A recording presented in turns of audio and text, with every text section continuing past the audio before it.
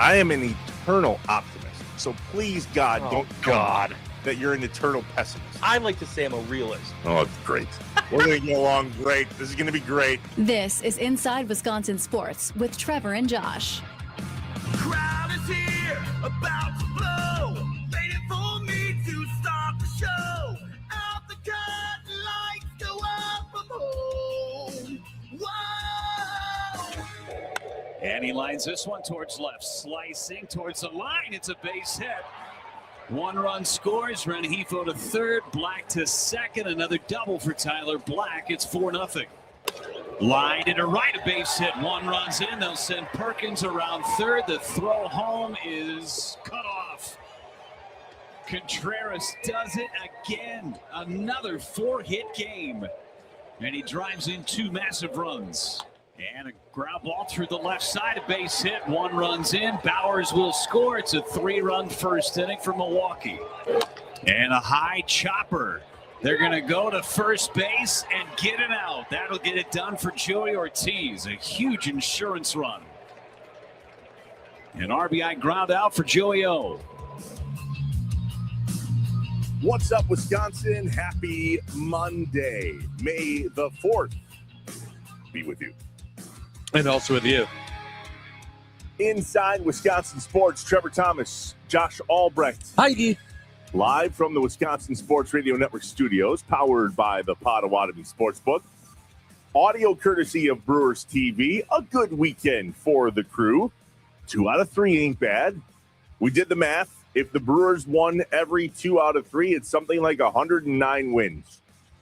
And that we take. Yep, that's true. For now, 2 out of 3 in Washington is good, especially after the series that we had with them in Milwaukee. To St. Louis, the Brewers go. Will they get a guy back? Maybe 2, maybe not. Why can't we have nice things? Yeah. Time to play catch-up. Packers. The weekend that was rookie minicamp for the Green Bay Packers is all wrapped up in Green Bay. They were all there, Josh. Cisse, McClellan, Dennis Sutton, Burton, Jackson, even Trey Smack, plus some other players that we'll want to mention here in a moment. But specifically, Matt LaFleur was asked about the weekend and that it's onboarding. He doesn't do 11-on-11 drills anymore. Apparently, some guys back in the day yacked, and he didn't see value in that moving forward. So they made some adjustments. And he was asked about the kicker. Now, let's pause, recap. Mm-hmm. Matt LaFleur doesn't talk to kickers. Right, we know that. And so you'd think, though, Trey Smack coming in, got drafted. This is not the first time. So what's it like, Coach, to onboard a kicker? Yeah, that's a great question. I mean, this is I shouldn't say the first time, but I'm sure Cam's going to have a bunch of stuff for him to go back and work on, but it's a little bit different in regards to the kicking playbook. Schematically, you just got to put the ball in a certain spot. So it is a little bit different in that regard. But a lot of it's going to be just, how to take care of your leg, how to take care of your body, and training and all that. But I probably Cam would have a better answer for you than me. This just in, he still doesn't talk to kickers. No, if there was ever audio proof of someone doubling down.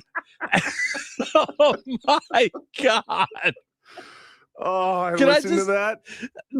Can I just replay the first 10 seconds? That's a great question. Yeah. I mean, this is I shouldn't say the first time, but come on, man.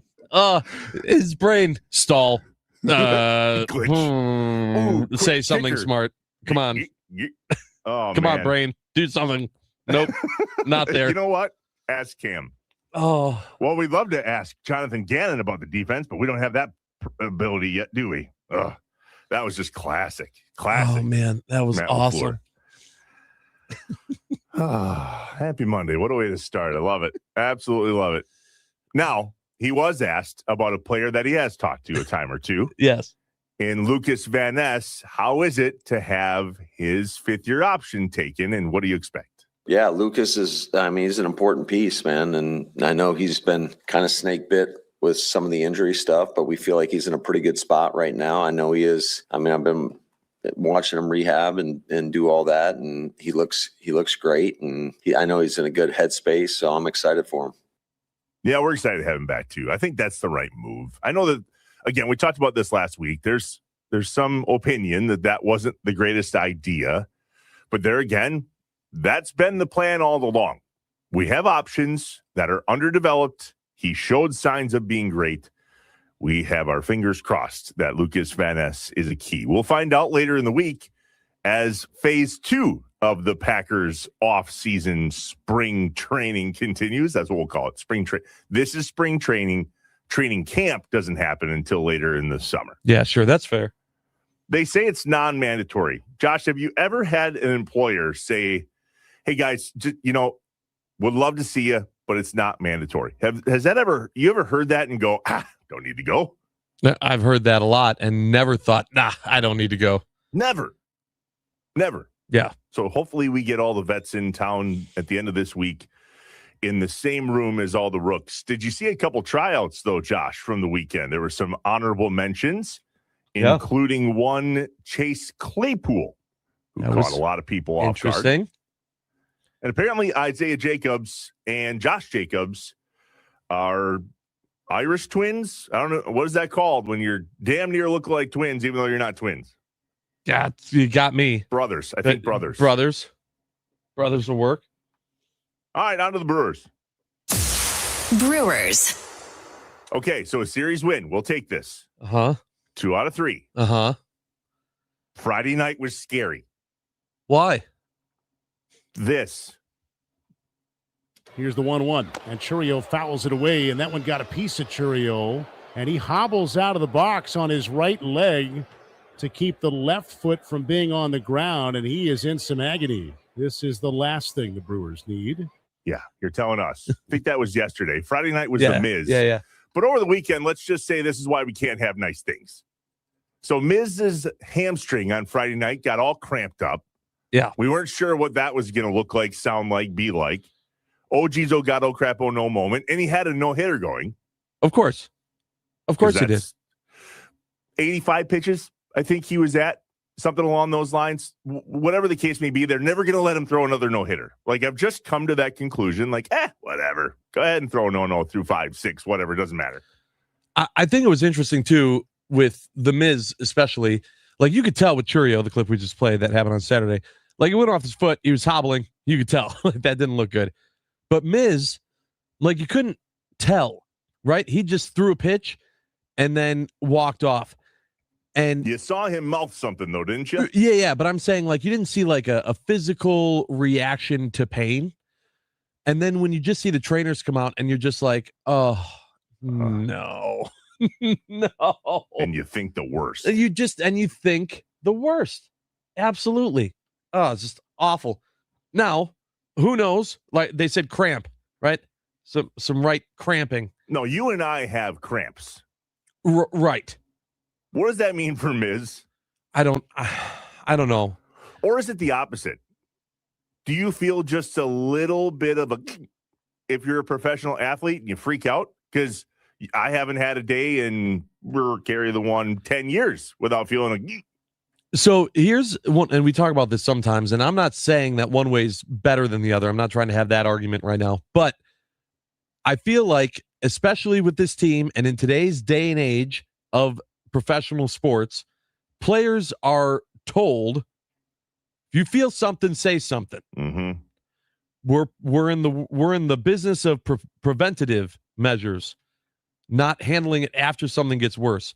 So I'm sure that there are discussions and things that take place that if you feel anything, you stop.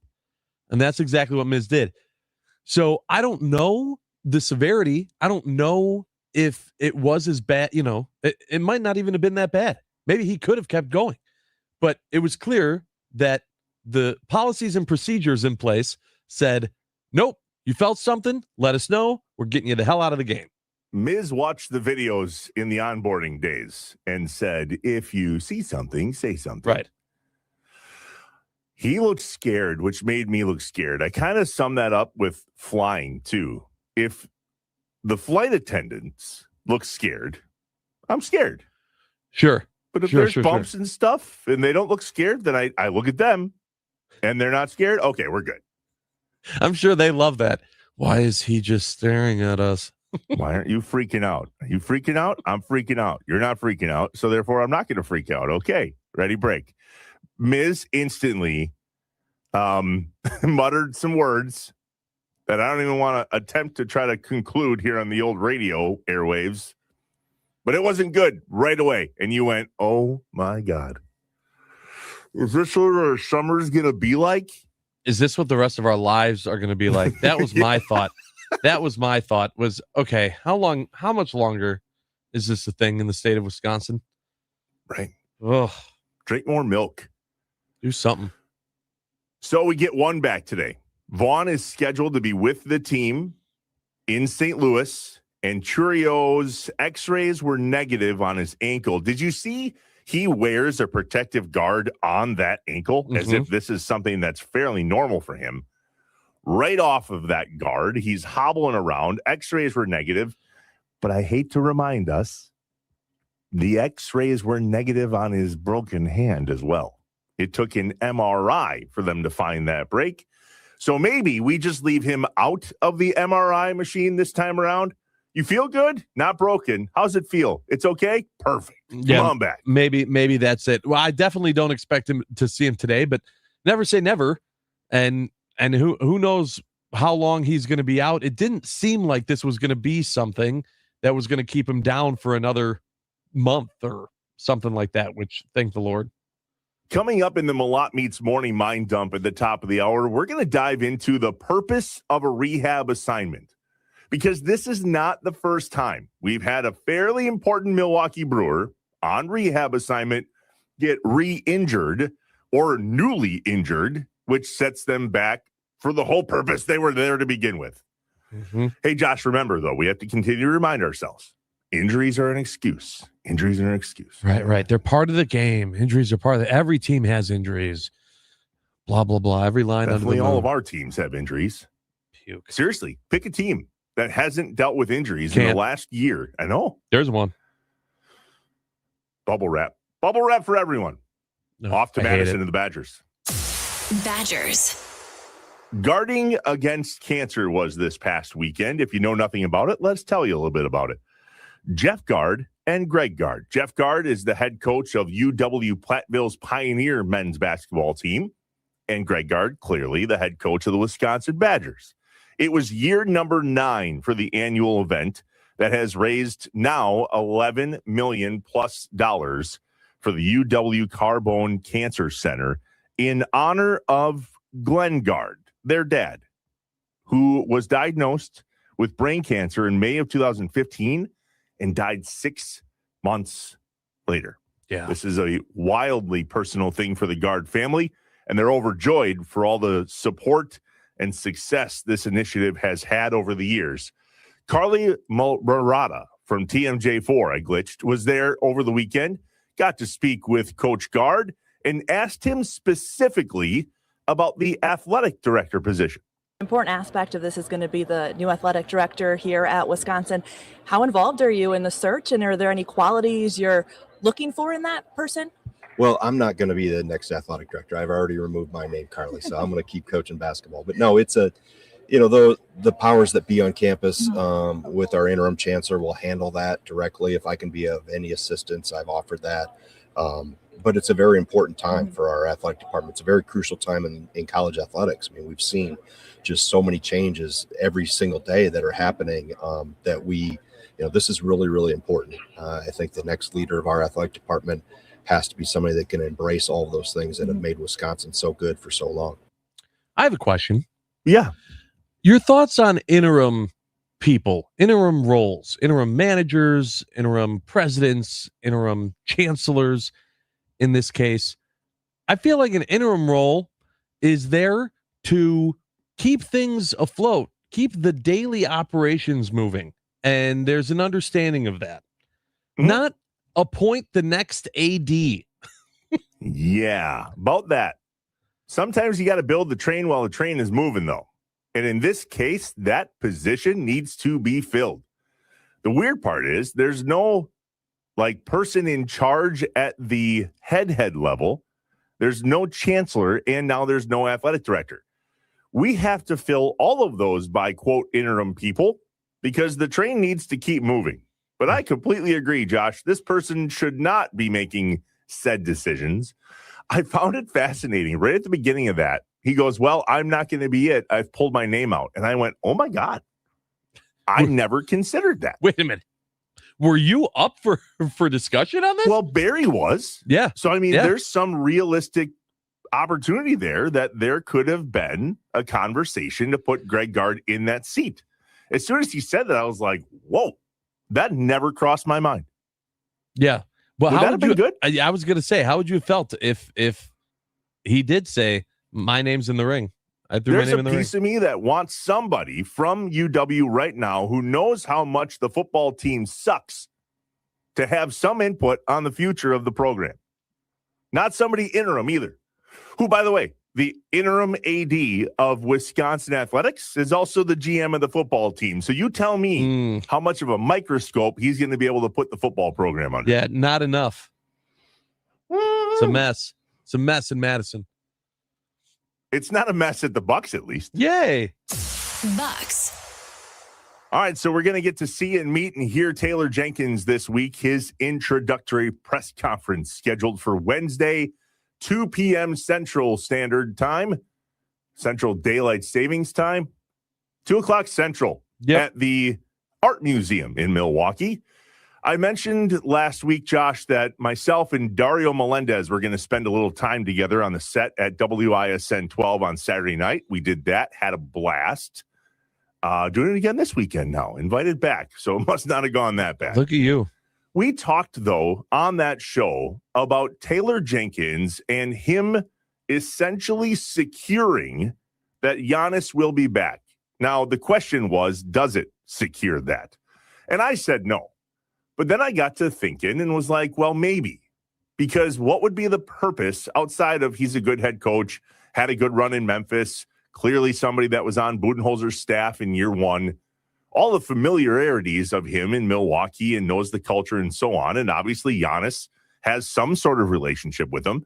And we're led to believe that Giannis was a part of the hire. But does this guarantee that Giannis is back? I know that seems silly. No. But just allow yourself there for just a hot second.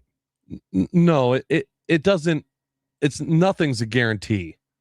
I think that like I said, when we discussed this in the first place, I absolutely think Giannis was a part of it because if I was Taylor Jenkins, I would require that he be a part of it. And that Taylor Jenkins had the ability to discuss with Giannis his plans and talk to him. That doesn't mean that Giannis straight out said to Taylor Jenkins, yeah, I'm going to sign the Supermax. Don't worry about it. Come coach in Milwaukee. He could have just gone over this is where I am now. I'm looking for these things to change. I want to be, he could have told him exactly the same stuff he's told us to help paint a better picture for Taylor Jenkins. It does not mean that he came straight out though and said, yep, I've already made my decision. I'm just keeping it close to the vest. And if you want to coach me, you'll want to come to Milwaukee. Not saying it didn't happen either, but I'm not putting two and two together of it's a guarantee. Yeah. If Taylor Jenkins came here, that's the reason why. What are the odds that Giannis walks out with him and or is even in attendance on Wednesday? I would say he's not there. Not at all. Nope. I don't think so. Is that loud? Is that saying something? No, I don't think so because it's not supposed to be about him. So even if we want it to be about him, this is supposed to be Taylor Jenkins' moment, right? And I don't think that Giannis is the type of person that would want it to be about him. He's going to want it to be about the coach and the coach saying what the coach needs to the city now that he's here. I think that's what Taylor Jenkins wants. I think that's what the Bucks want. And I think that's what Giannis wants. So I would be stunned if Giannis was there in any way, shape, or form, but especially in front of a microphone. We'll find out on Wednesday. All right. Anything else? Anything else? Were you a big Spirit Airlines guy? We were. Oh, really? Yeah, we were. So that was big news. I actually had a few friends that had Spirit Airlines flights, not out of Milwaukee. They don't fly out of Milwaukee anymore. But that were, well, they don't fly anywhere anymore. But that were yeah, they're done flying. Yeah, right. That actually had flights lined up the day they shut down and had to scramble and get other flights. Essentially, I mean, full disclosure, a lot of people know we go to Disney all the time, and people go, "Well, I don't understand. How do you afford that?" Well, it's because we do it as cheap as humanly possible, and a lot of the reasons why those trips were possible is because we would find crazy cheap flights. We wouldn't pay for extra baggage. We would just take our backpacks and stuff whatever we could in there and bring snacks into the park. We would do it super cheap so that we could go, and we essentially ended up making the trips cost the same as if we went to the Dells. And a big part of that though was having a discount airline. And so, like, how much was a flight on Spirit? Never done it. I mean, it depends, but like if you found them at the right time, you could get a flight for $70 round trip. But don't they they used to charge you for your shoes? Like, oh, you're going to wear shoes? That'll be a fee. Right. So that's the thing, right? They can't deny you a personal item. So you got like your backpack, but if you needed a carry-on, it was $60, and if you needed a check bag, it was $60, and they were no different than the rest of them there. Which, I mean, to be honest with you, that was like the big thing. If you flew Southwest, was, oh, well, here your bags fly free, and you went, okay, I'm paying more, but my bags are free. Now that's not even the case unless you have their credit card or whatever the hell else.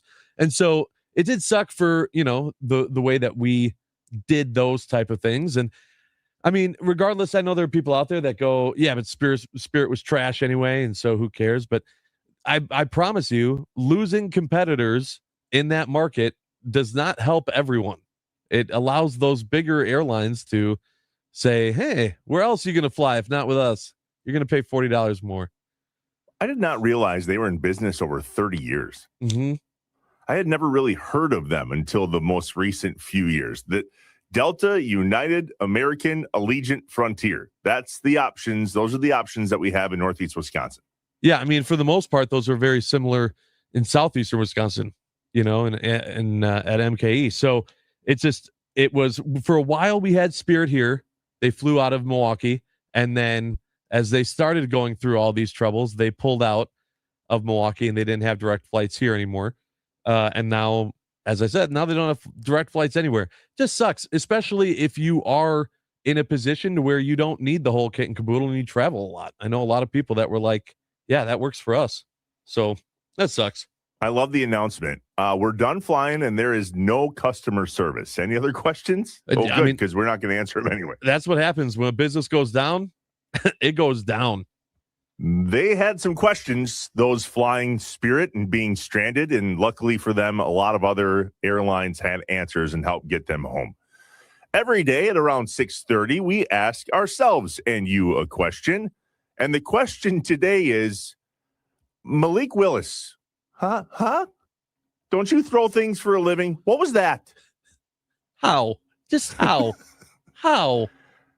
And whatever questions you may have, by golly, we have answers. 414-677-1250. That's the Nicolay Law talk in text line, off and running on a Monday. Holy May. Where's this year going? We're live from the Wisconsin Sports Radio Network studios, powered by the Potawatomi Sportsbook. It's Inside Wisconsin Sports with Trevor and Josh. Good morning.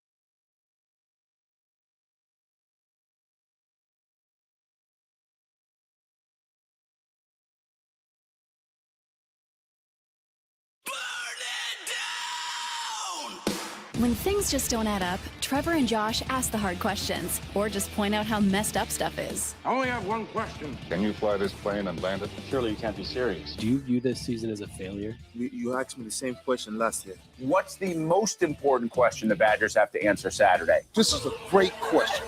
Oh my God, this is a great question. It's time for I Have Questions on Inside Wisconsin Sports with Trevor and Josh. The Nicolay Law talking text line 414-677-1250. You have questions, as do we, and you have answers, as do we. Get your questions in or help us answer ours this morning on Inside Wisconsin Sports with Trevor and Josh. Why can't Malik Willis throw a baseball? Yeah, I mean, first of all, if you missed it, on Friday at the Marlins game, the new Dolphins quarterback came out, waved to the crowd, and threw high heat, super high and just a bit outside. Way outside. Good Lord. It's the backstop in the air. This is just a perfect example of why can't athletes just be athletic at everything? It's even more weird when it's throwing. Now, I understand, like, sometimes I say, like, if you're swinging a baseball bat and you're swinging a golf club, like, those type of motions kind of contradict each other. And so, like, sometimes it's difficult to do both, right? This is throwing a football, throwing a baseball. Now, we've seen him throw a football. I have no doubt in my mind of his ability to throw a football. But to not be able to throw a baseball even, like, semi-close, isn't that crazy? Like, I don't get it. I don't get it. I wonder if a guy like that could have a football in his hand on top of a mound, pushing off from a rubber, and throw a strike with a football. I wonder. I would think so. I'd like to see that. Yeah, me too. But I think there's something with that mound.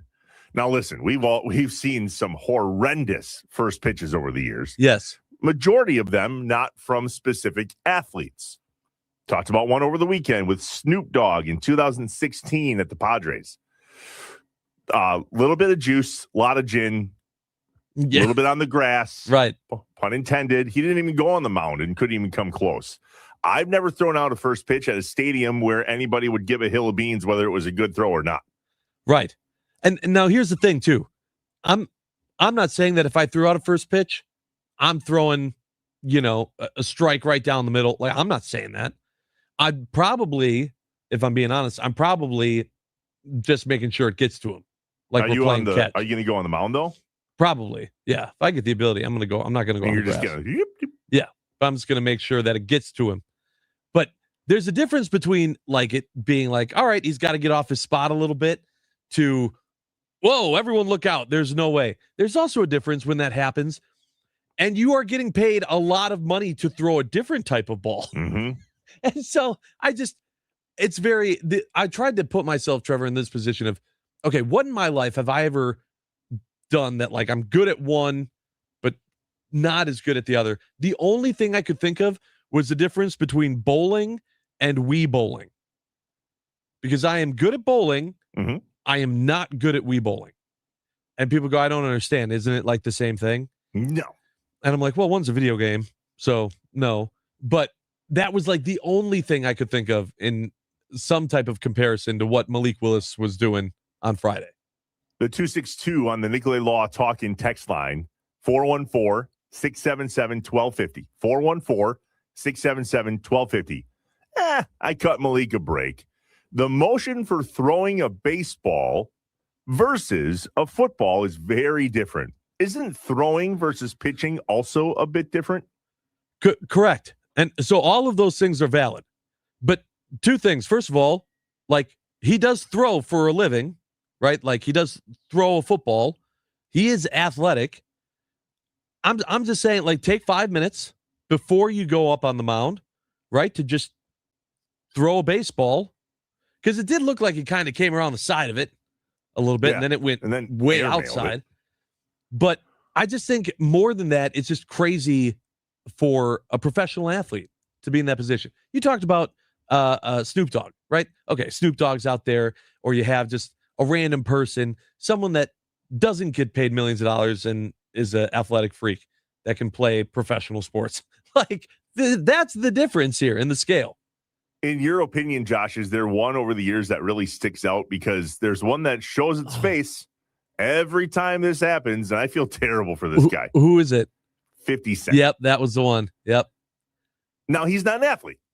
I mean, the list is short in terms of these absolute horrendous throws. But when we chatted about this on Saturday, Dario was like, wait a minute. I think an athlete like you, Josh, should be able to do this. And he went to Conor McGregor, who threw out the first pitch for the Cubs in 2021. It's also terrible. Yeah. Rifled, like lefty throw, hung onto it way too long, straight across, and all the way to the backstop. I'm not sure how many ceremonial first pitches we need to see get completely airmailed to the backstop until we maybe just don't walk behind the pitcher as it's happening. Yeah, that's true. We should definitely have learned our lesson on that by now. The Nicolay Law fan target test line making great points. The 262 said, do you guys not remember the video of Joe Burrow throwing in a batting cage? I do remember that video, and that was also disturbing. I was like, that's AI, right? That's not real. There's no way that's real. Well, speaking of batting cage, Malik Willis actually went into the cage as well. Totally different ball game for there. 108 up to 109.7 exit velocity off of his bat. Like, dude can hit. Yeah. And he can throw. We just can't pitch. Right. So is that what we're saying? Is that if it wasn't a first pitch and he just went out there and he had to like throw it from third, you think that changes something? But that's a good point, because how often do we see a throw from third? Or I think it happened the other night where Jesus Mate had an absolute dart on an infield out, luckily, because he threw it so fast. Or we've seen the speed from a catcher towards third, or the idea of an outfielder throwing somebody out at home. We've seen all of those estimated miles per hour, and some of those are as fast as pitches.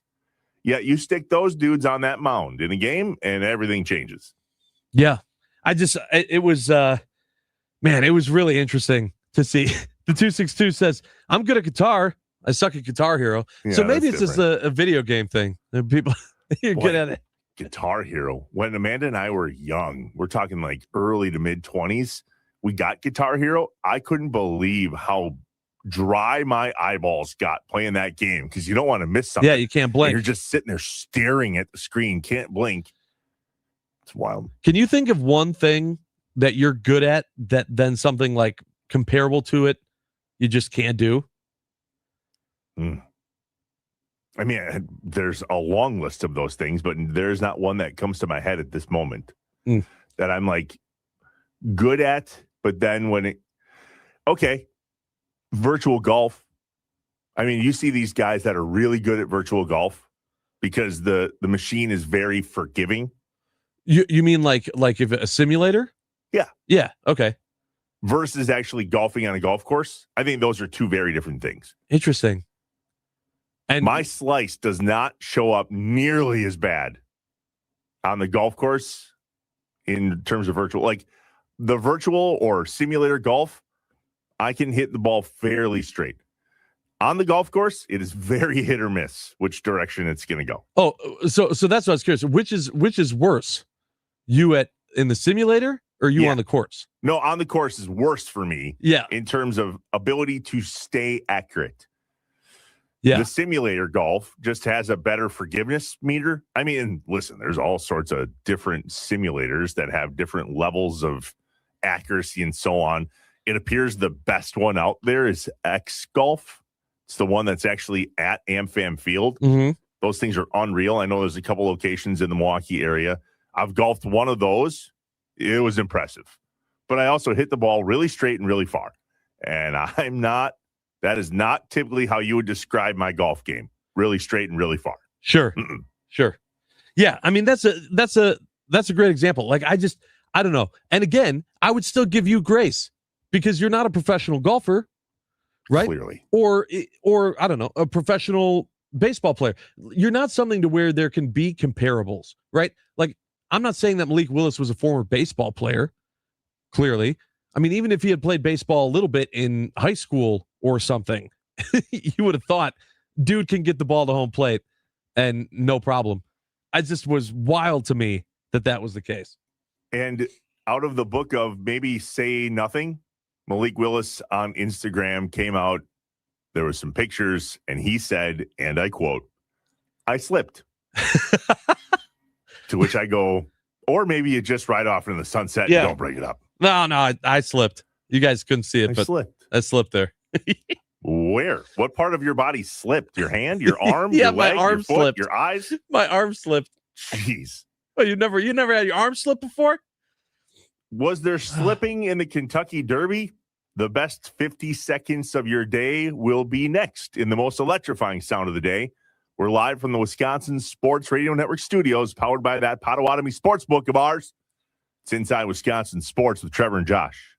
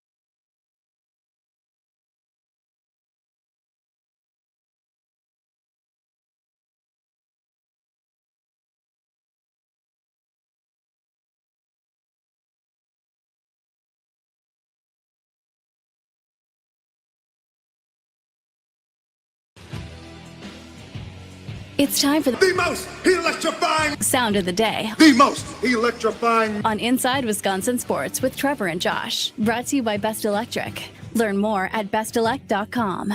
Don't stress. Connect with the best. Got 10 lengths to make up as 6-speed and Denon Bourbon are 1-2 on the far turn.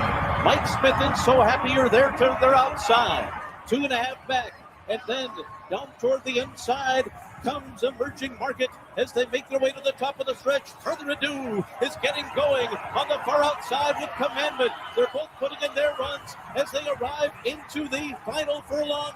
O'Sally is also gaining ground on the far outside as they come to the last 16th of a mile. Denon Bourbon in front. O'Sally a huge long shot. Renegade and Golden Tempo are closing too. Here's Golden Tempo. Golden Tempo and Cherie DeVaux make history in the Kentucky Derby over Renegade in a final time of 2:02.27 seconds. And that was Larry Colum's and NBC's call of Golden Tempo winning the 152nd Kentucky Derby. And that is the most electrifying sound of the day, brought to you by our friends at Best Electric. Remember, no job is too big or too small for Best Electric. Don't stress. Connect with the best. Call them today or visit bestelect.com. I mean, even listening to the call, Trev, it was, they didn't even say Golden Tempo until the last 5 seconds of the race. Came out of nowhere. They go back, they show the highlight video of him literally going from last to first to win the Kentucky Derby. Love to see it. The odds were not in his favor. No. And yet, big payout for those that took him. The payouts were insane, actually. There's, I don't know if you've ever looked into this, but there's a place, a show, the trifecta, the superfecta, which I think is the top 4. Yep.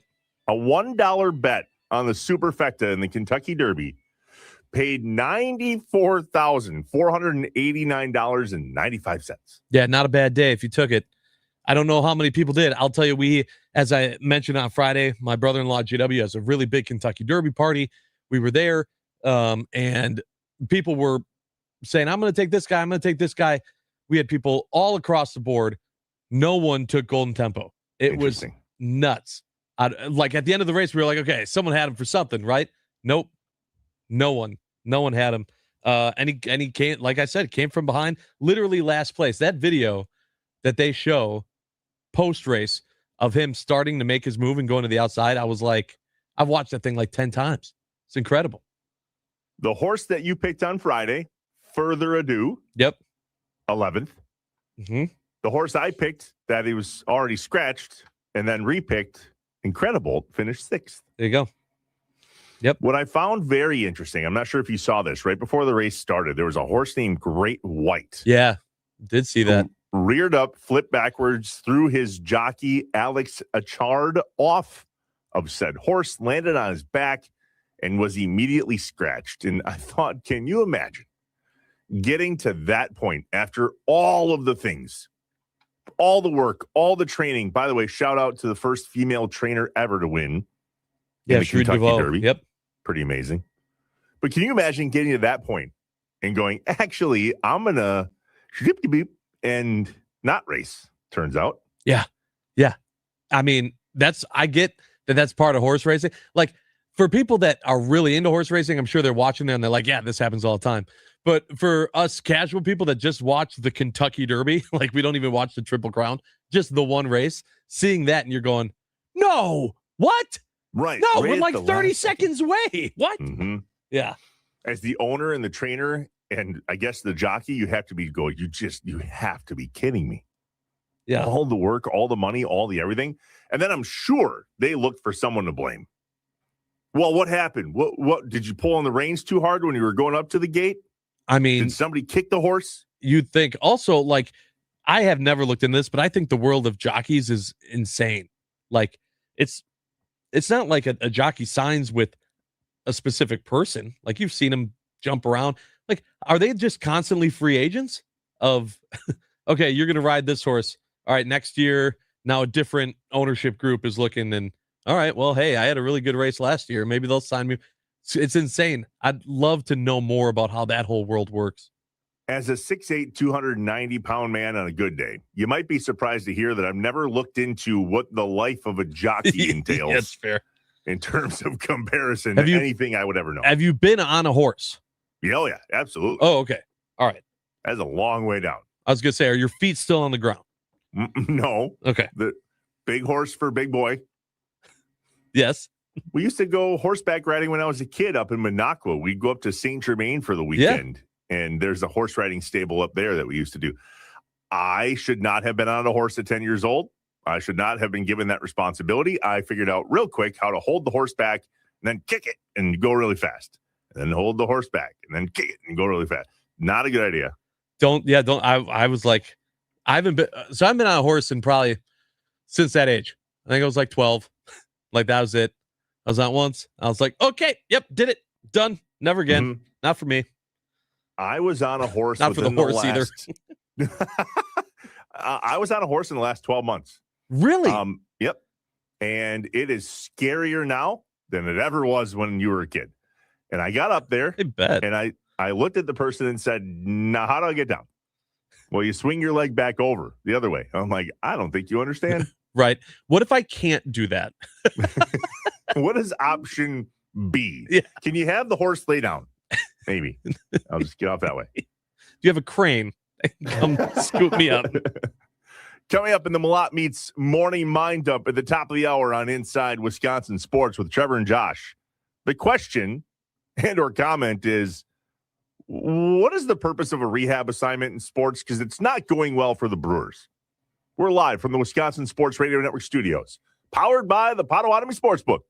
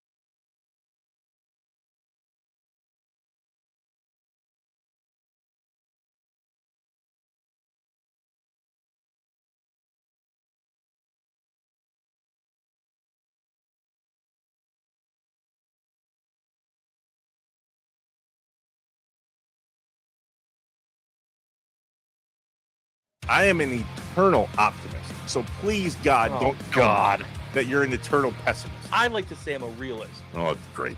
We're going to get along great. This is going to be great. This is Inside Wisconsin Sports with Trevor and Josh. Crowd is here, about to blow, waiting for me to start the show. Out the curtain, lights go up, I'm home. Whoa! And he lines this one towards left, slicing towards the line. It's a base hit. One run scores, Rengifo to third, Black to second. Another double for Tyler Black. It's 4-0. Line to right, a base hit. One runs in. They'll send Perkins around third. The throw home is cut off. Contreras does it again. Another 4-hit game. And he drives in 2 massive runs. And a ground ball through the left side, a base hit. 1 runs in. Bowers will score. It's a 3-run first inning for Milwaukee. And a high chopper. They're going to go to first base and get it out. That'll get it done for Joey Ortiz. A huge insurance run. An RBI ground out for Joey O. Based on how that sounded from Lev on the Brewers TV network, it was a good weekend for the Brewers, right? Yeah. Yes. It was one of those to where maybe it didn't look super pretty, but you won the series. And won the series. When we're looking back at that in 2 months, we'll be looking at it as, all right, you won 2 or 3. Move on. Yeah. Let's not talk. Don't look over here. Don't look over here. Just that way. Winners. To St. Louis we go for a 3-game set there, and then home this weekend against the New York Yankees coming to Milwaukee. What's up, Wisconsin? Welcome to Hour 2, Inside Wisconsin Sports. Trevor Thomas, Josh Albrecht. Hi.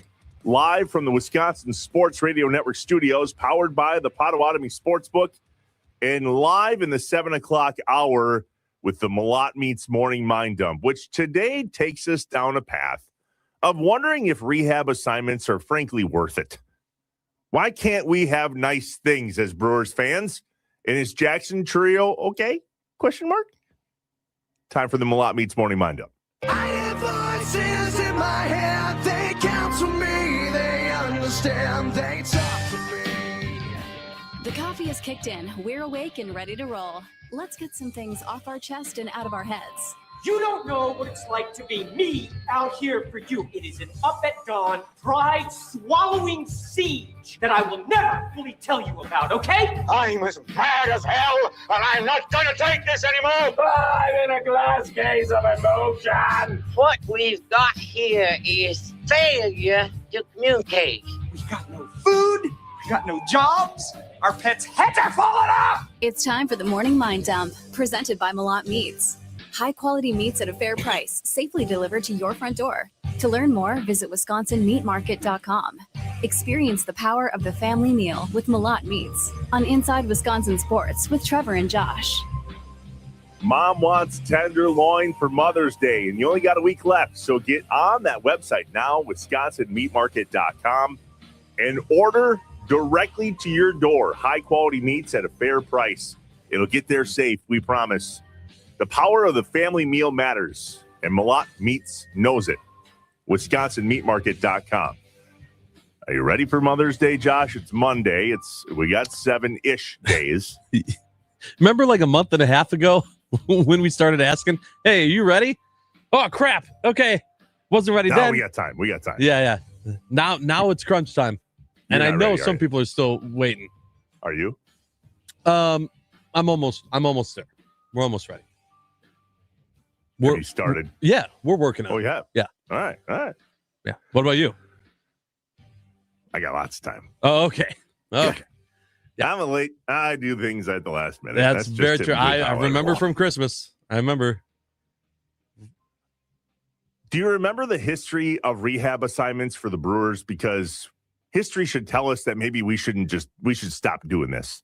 There's got to be other ways to rehab injured players in Major League Baseball that does not put them in the line of fire in a game that doesn't matter. We're talking about Jackson Trio, who over the weekend was on a rehab assignment along with Andrew Vaughn down in Nashville playing for the Nashville Sounds. The whole reason they were there was to get warmed up for the series that the Brewers start today in St. Louis. Mm-hmm. And so they're traveling right from there to St. Louis. And everything was going fine, just peachy. Vaughn had an RBI single, looked good, got some hits.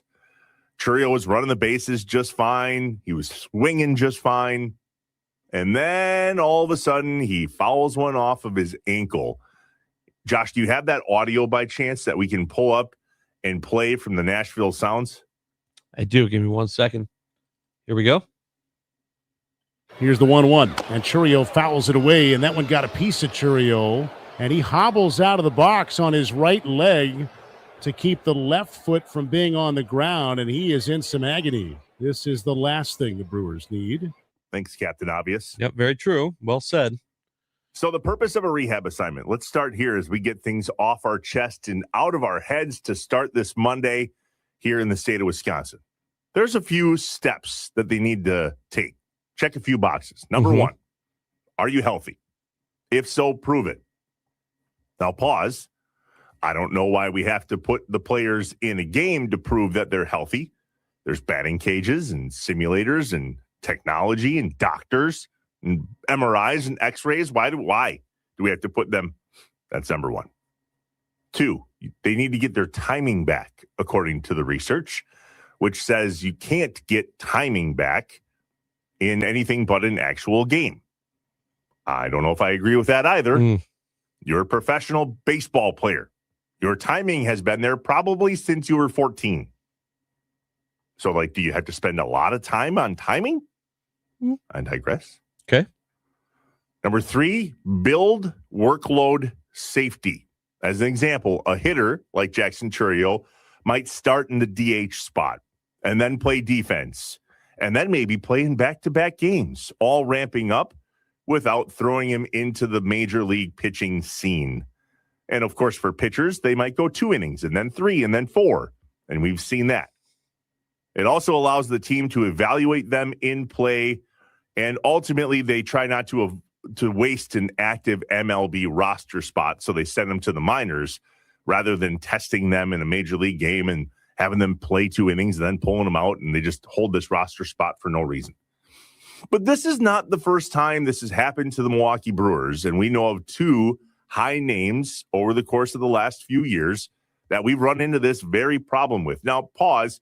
Chourio's x-rays were negative, which should have given none of us peace of mind. None. No one should have got peace of mind from that. Why is that? Because of his hand.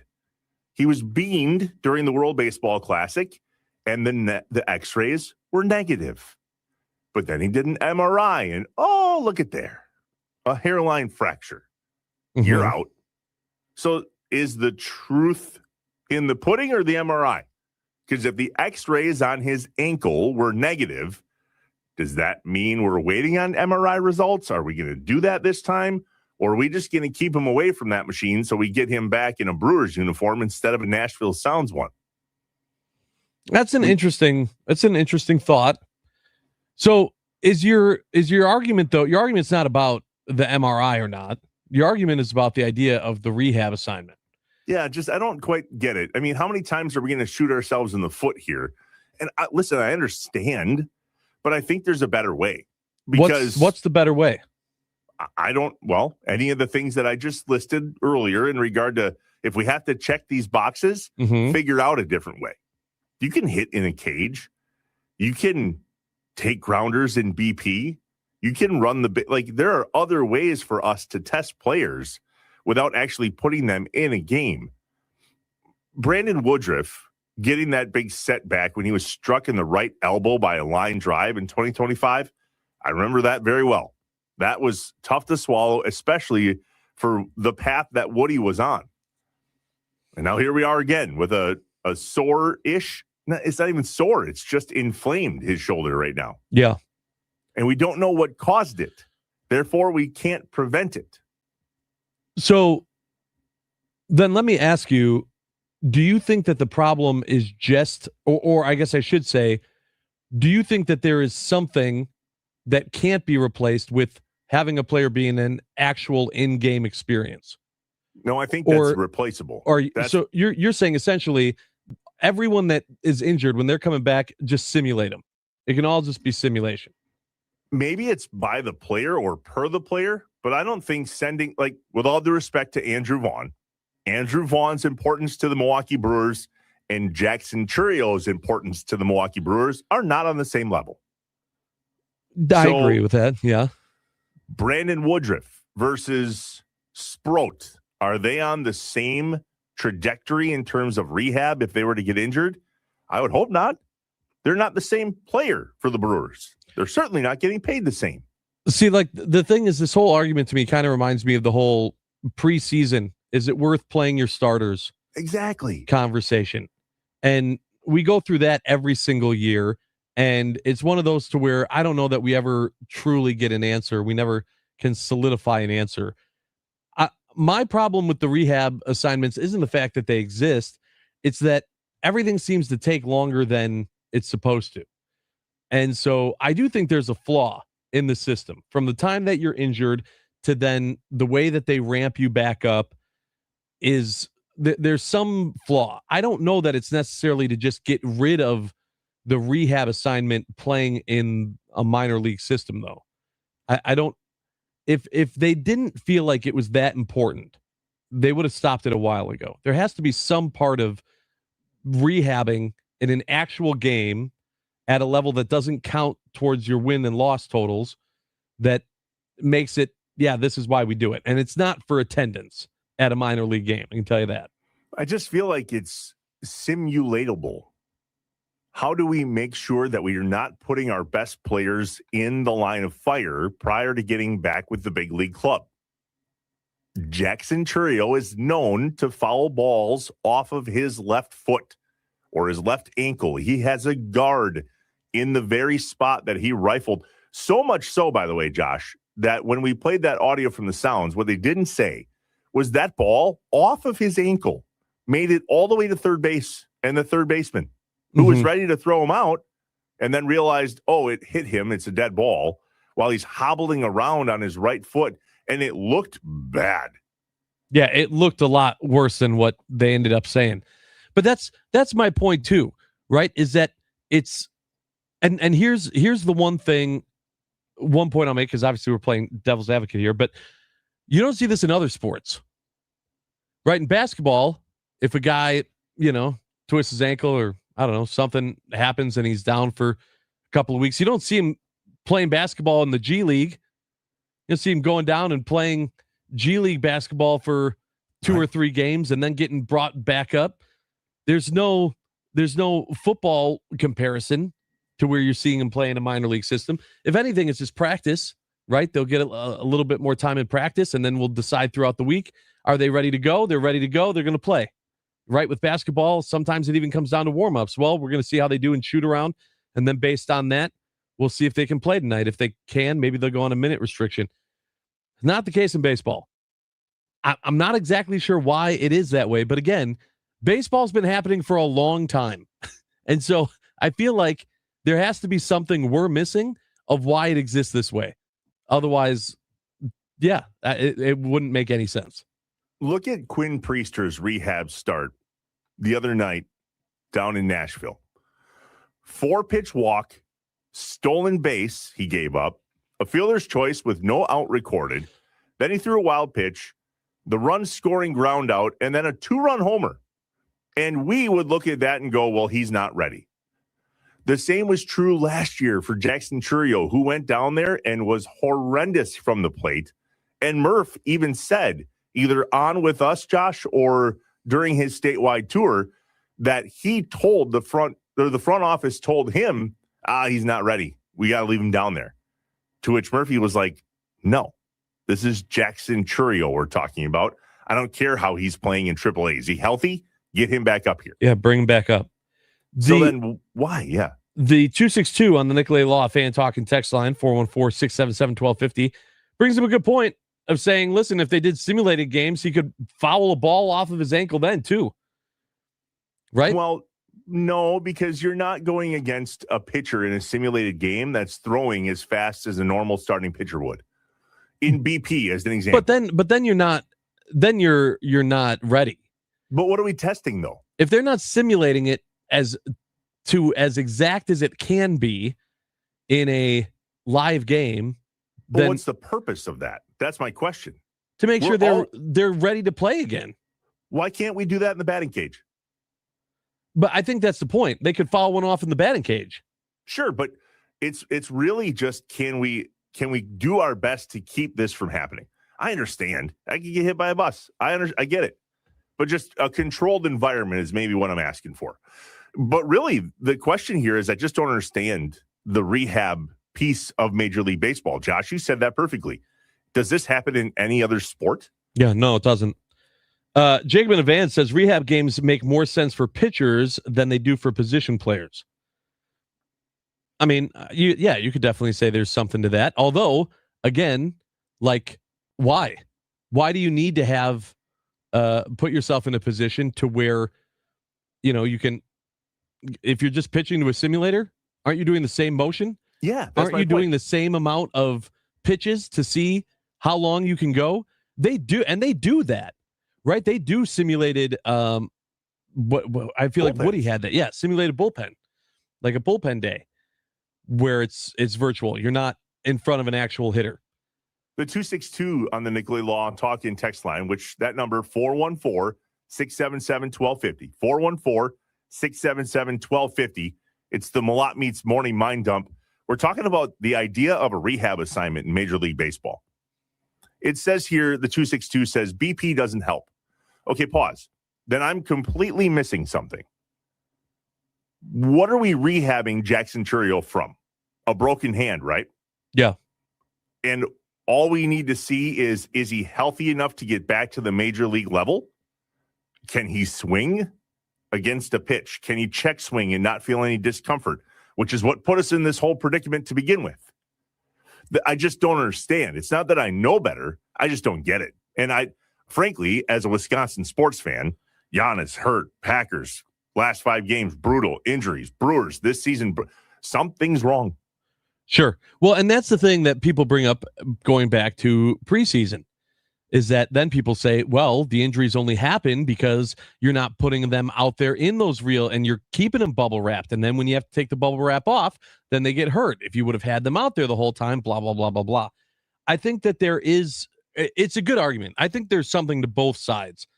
My big thing is I feel like not being a professional athlete, not being a professional baseball player, and I just, there has to be some difference, whether it's mental or there's just something about it being a live game that just changes things to where this is still the way that they do things.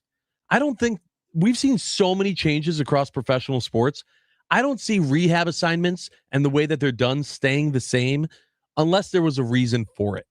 There had to have been something along the line of someone going, you know what, we don't have to do this.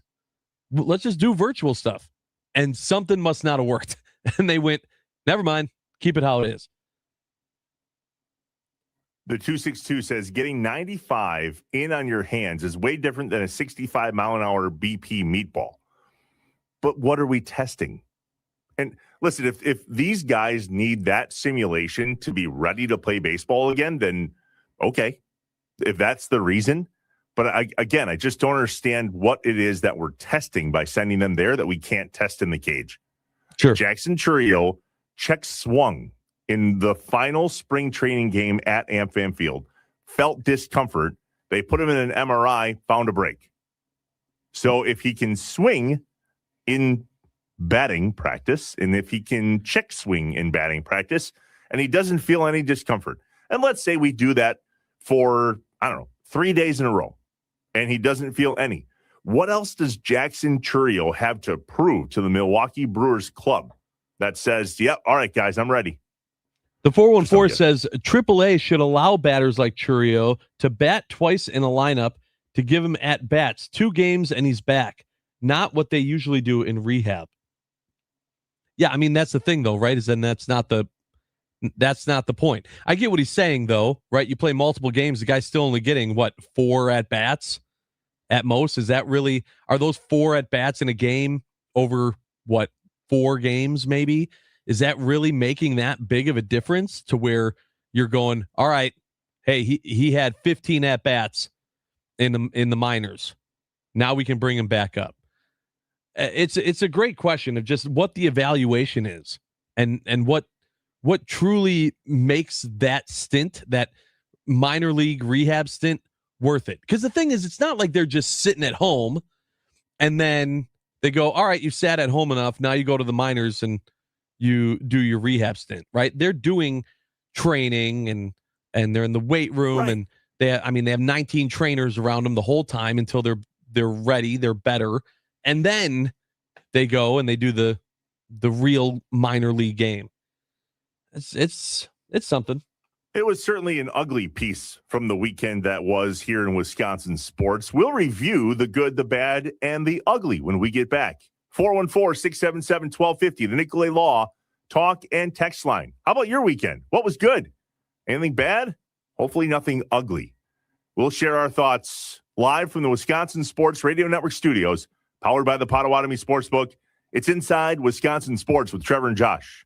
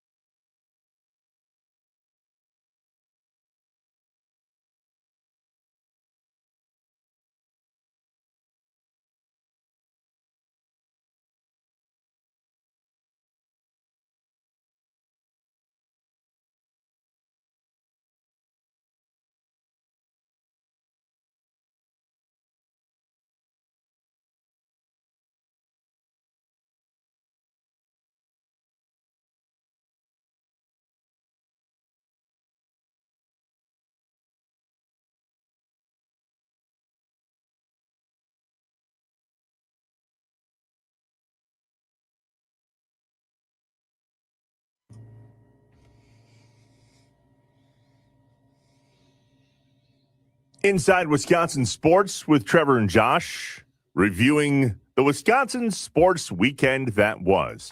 And your weekend. 414-677-1250, the Nicolay Law talk and text line. What was good from your weekend? Anything bad? Maybe don't tell us the ugly, because there's enough for us to review on our own. True. First, the good, though. We took 2 of 3 in D.C., Josh. That's a good weekend. Yep. I mean, that's what we're going to keep telling ourselves. It's just because you have to, right? Like, we're definitely slugging through it right now. Or, I mean, the Brewers are, and we as fans are too. Yeah. And so we took 2 of 3. I didn't necessarily love the wins. I loved aspects of the wins. That's what I'm saying with how it sounded with Jeff. But they got the W, and they got it twice. And you go, okay, we're on the road, right? Isn't that what you said? Hey, if you're, I always said it winning series. You said if we go 500 on a homestand or on a road trip, okay, 2 out of 3. We'll take it. Absolutely. We'll take it. We'll also take Vaughn back today. That's a good thing. The question is he going to be good? Well, we'll find out. We just don't have a big sample size of Andrew Vaughn. We're all aware of what he did when he got here from the White Sox last year. I found an interesting stat over the weekend because I'm trying to figure out what it was when he got to Milwaukee that served him so well. 17% of the at-bats he had as a White Sox were against lefty pitchers. Okay. And we know that power from the right side specifically shows itself against a lefty. With the Brewers, 38% of his at-bats last year with Milwaukee was against lefties. So we just used him different, maybe corrected a thing or two in his swing. I don't know. I can tell you that the White Sox would like to know very badly what the difference was. Or, saw a lot of that on social media from White Sox fans. You've got to be kidding me. He had expert level slugging in spring training this year. So hopefully that Andrew Vaughn is who we get today back in St. Louis. No roster moves have been talked about from the Brewers. We don't know if Jackson Chourio made the trip. We hope Vaughn's back. We just don't have specifics yet, and they're shifty that way. A little subterfuge. Mm-hmm. Mm-hmm. I do feel confident, though, that when Vaughn is back, I mean, he's bringing power into the lineup, right? That's been one of the big things that we've talked about. Hope. That's the hope, right? I mean, that's the hard part about Vaughn. I'm not the sample size. I know. But I'm not worried about that. He's a power hitter. Is he going to hit? If he hits, I'm not expecting him to hit bloop, infield singles. Like, he's going to hit for power because that's what he is. It's just, is he going to hit? If he does, it's going to be for power. And I think just having even one piece of the trio of power on this Brewers team in the law firm of Yelich, Chourio, and Vaughn is big. Get some piece in there to start this back up. Get some piece in there of, all right, well, crap. We know that Vaughn can go yard. So, all right, we'll pitch to this guy instead. It changes some things from what the other team has to do. So it's definitely a good thing to have him in the lineup. Now we just can't have it to where, he falls into what a lot of the guys on this team are, where they're going 0 for 0 for 0 for through a series. The power trio. That's a great bootleg t-shirt. Vaughn, Chourio, and Yelich, the power trio. Yeah.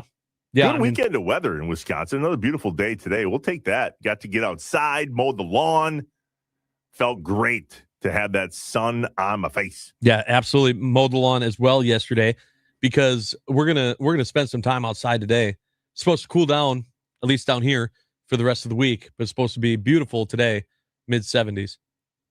Gottlieb will screw it up when we talk to him on Wednesday. That's true. But that's Wednesday. That's why we enjoy it now. So another good piece of my weekend, Josh, was the food that hit my mouth. We had a lot of steak this weekend. Not sure why, but I did. It's a little bit of bad, too, as we transition. Great steaks. Went out for steak on Friday night for a buddy's birthday. Had a great time. Grilled our own steaks yesterday, venison steaks, and had some steaks that we put on the grill from Malat Meats. But then I bit my lip. And then I bit my lip again. Well, and then why? I don't know. But you when you bite your lip and you really do a good job, everything stops. Yeah, it sucks. And you go, oh my God, I just bit through my lip. Yeah, but then you did it twice. Well, that's because it's all puffy now, and you do it over and over. Have you never done that? No, because then I'm self-conscious about the fact that it's bit my lip. Now I'm thinking about the fact that I don't want that again. It's kind of like if you accidentally touch something that's really hot and you go, you don't then touch it again. You just learn, hey, that's hot. All right, I'm not touching that. I got to be more careful around that. It's not like you do it on purpose. You're just chewing. I've heard this where you bite your lip and it gets so swollen that you accidentally keep biting the same spot. I'm up to 3. I'd like that to stop. Wow. It's bad. It hurts. You got to start putting all your food in a mixer, sucking it down with a straw. Day. Yeah. Give your lip all a right. chance to. Anything else good from the weekend, Josh, in your world? Just the derby. The derby and the derby party was awesome. My brother-in-law made ribs that he'd been working on for like I don't know how many days, smoking them. Yeah. I mean, they were just incredible. So that was fantastic. And then it's just always a good time, like getting together and doing that. And people like the Kentucky Derby is great because first of all, it's fast. And second of all, everyone's shouting, so it's fine. You don't need people to go, quiet. I'm trying to hear what. No, it's just 2 minutes of and then it's over. And so it's just a great time of hanging out. The fact that the weather was nice as well, that was awesome. So yeah, no, it was a great weekend.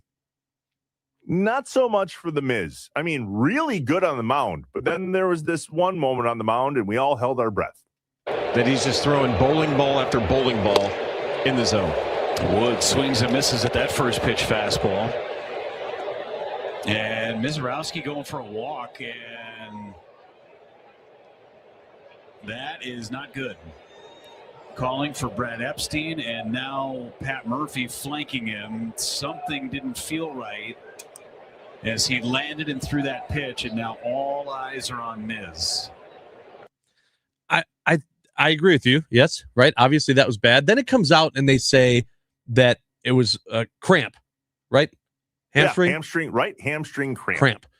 So when you and I get a cramp, what do you say, right? No, I'm dehydrated. Yeah. Cramping. I just got, you know what? Especially in the middle of the night. Always in the middle of the night. I got to go chug some water. Got to get some fluids in me. Just cramping. Why do I feel like when it comes to baseball players, like a cramp is like the beginning of something else? It's not just like where I go, all right, yep. Hey, we got to keep these guys hydrated. All right. We got the Gatorade cooler in there for a reason. Get some fluids in them and then put him back out there. It's like he cramped. Everyone stay calm, but he cramped. He could be out for at least 3 weeks. Like forever. Well, I don't understand why the cramping feels that way. But maybe even more, that's why they had him stop. Because maybe like a cramp can lead to then something else happening if it's not taken care of or blah, blah, blah. These dudes know more about their bodies than I ever care to wish exists. Yeah. And when you get paid what they do, you don't play through much anymore. This ain't the Brett Favre days of professional sports. True. Who had 8 or 9 things listed on an injury report and it said probable. Right. And he's like, all right, I'm going to go out there. Broken thumb, probable. So let me ask you, when you saw this with The Miz, obviously all of these existed, but if you had to put them in order of what was the most frustrating, was it the fact that he was pitching lights out and you were mad that he couldn't continue the game? Was it that you were worried about going forward, looking at Woodruff and going, please God, no, we can't lose another one? Where was it? What was your main thought and concern when they said it's a cramp, but Miz is out? The other day when Woody had his thing, I got a text from Sparky that said, hey, did you see the Woodruff thing? And I was like, no, what? Same thing on Friday. Him and I were texting back and forth, working on making sure he was set for Saturday at the T-Rats. And I said, did you see the Miz thing? Because I was out to dinner, he was out to dinner, and neither of us had audio. So we couldn't hear what Levering was saying on TV. And the point of that was now the unknown. So that's where I landed, was the fear of the unknown. And nobody knew. Was it looked like something in his leg, but it also could have been his elbow. And his mouth without audio. I'm no John Boy lip reader, but F me is pretty clear. Yeah, right. That's what got me all, oh, God, here we go. So now we don't have Woody right away in my head. I mean, my eternal optimist goes out the window when I see a pitcher go, F me. But that's the reason why I asked that question. Because to me, it wasn't about you were worried about the game. It wasn't even necessarily 100% that you were worried about Miz. It was that you were worried about where we were already at with this team. We had just seen Woodruff go down again. Right. As we're desperately waiting and praying and hoping that some of these injury-ridden guys can come back and help this team. And then you saw Miz go down. That was the problem. It was a holistic look at this team that scared us. It wasn't specifically with Miz. Even when they say it was a cramp, in my mind, I'm not going, oh, no, I'm really worried about Miz. I'm going, this is just a cherry on top, isn't it? Of the crap Sunday that we're getting served right now. Not only with the Brewers, but I really feel like we have Packers PTSD. Like in Giannis. I mean, tell me a sport, quarterback situation at Wisconsin football. Tell me a sport that we've gotten to watch injury-free in Wisconsin in the last year. PBA bowling? I have no idea. Yeah, well, and I mean, this is the point, too, of when you're looking at that, the reason why I think the injuries are the headline are because of the players that are injured. If, no offense, but if Blake Perkins and Joey Ortiz were sidelined, I don't think that people are going, oh, you got to be kidding me. But the fact that you see this happen with Woodruff, Yelich, Churio, and then now Miz, right? When you looked at Micah Parsons, when you looked at Giannis, it's not like just some pieces that are important, but the side pieces are getting injured. It's your main players are the guys that are getting hurt. That's the frustration. Well, that's it, right, though? Oh, nope. Angel Serpa. Tommy John is apparently on the table. Okay. We'll cover the ugly part. Yeah, guys, that was the good and the bad. Somehow it gets worse. The Wisconsin Sports Weekend that was, we'll cover the ugly. It's not that we're negative. We're just sharing what's in front of us. It's real. It's realism. Do you have a recap that says anything different? I didn't think so. Brewers won 2 out of 3. Hey. Oh, yeah. Yay. No, that's good. That's good. It is good. The bats weren't very good, even in the wins. Yeah, we'll talk about that too.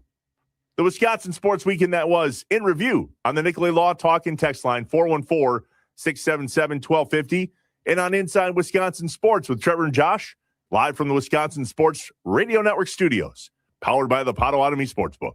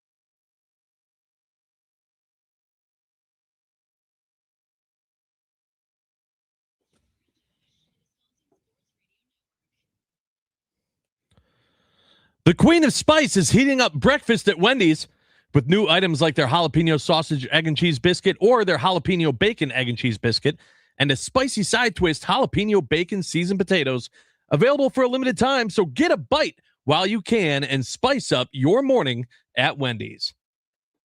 Inside Wisconsin Sports with Trevor and Josh, the weekend that was in Wisconsin sports in review. We've talked about it a lot this morning.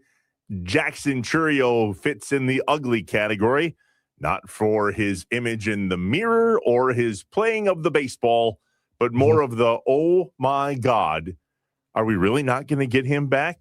As he rifled a foul ball off his ankle down in Nashville. As if that wasn't enough, it comes out over the weekend that the scoop on Angel Serpa, Tommy John, is apparently on the table, which means we're not getting him back this year at all out of the bullpen.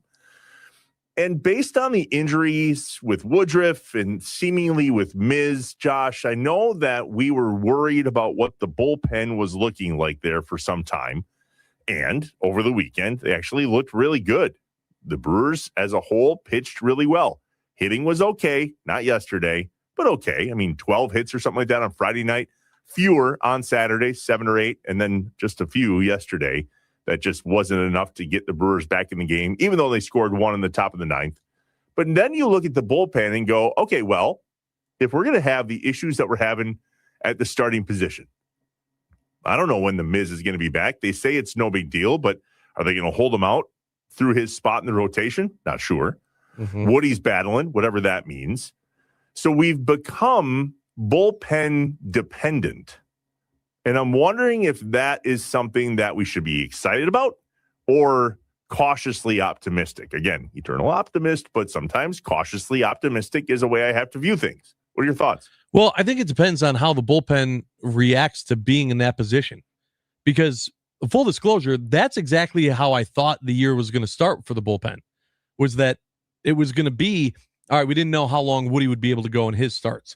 We didn't know how long of a leash they were going to have Miz be out there for a pitch count. And so it was going to be very dependent on the bullpen to get us through a lot of these games. And then it seemed like it was going the other way because the bullpen wasn't doing that. So then we were asking our starters to go longer, and we were seeing that, right? And we still kind of are. We're seeing these guys go 6 innings. But if more people are falling off, does that mean that the bullpen is going to be used more? It really just comes down to, is that what kind of kicks the bullpen in gear and makes them go, okay, it's now or never, do or die. We got to step up. Because I'm still not satisfied with the bullpen. I mean, yeah, they had a good series, but like that's 3 games. Like there needs to be, if you're going into the season as the number 1 ranked bullpen in all of Major League Baseball, you got to back that up.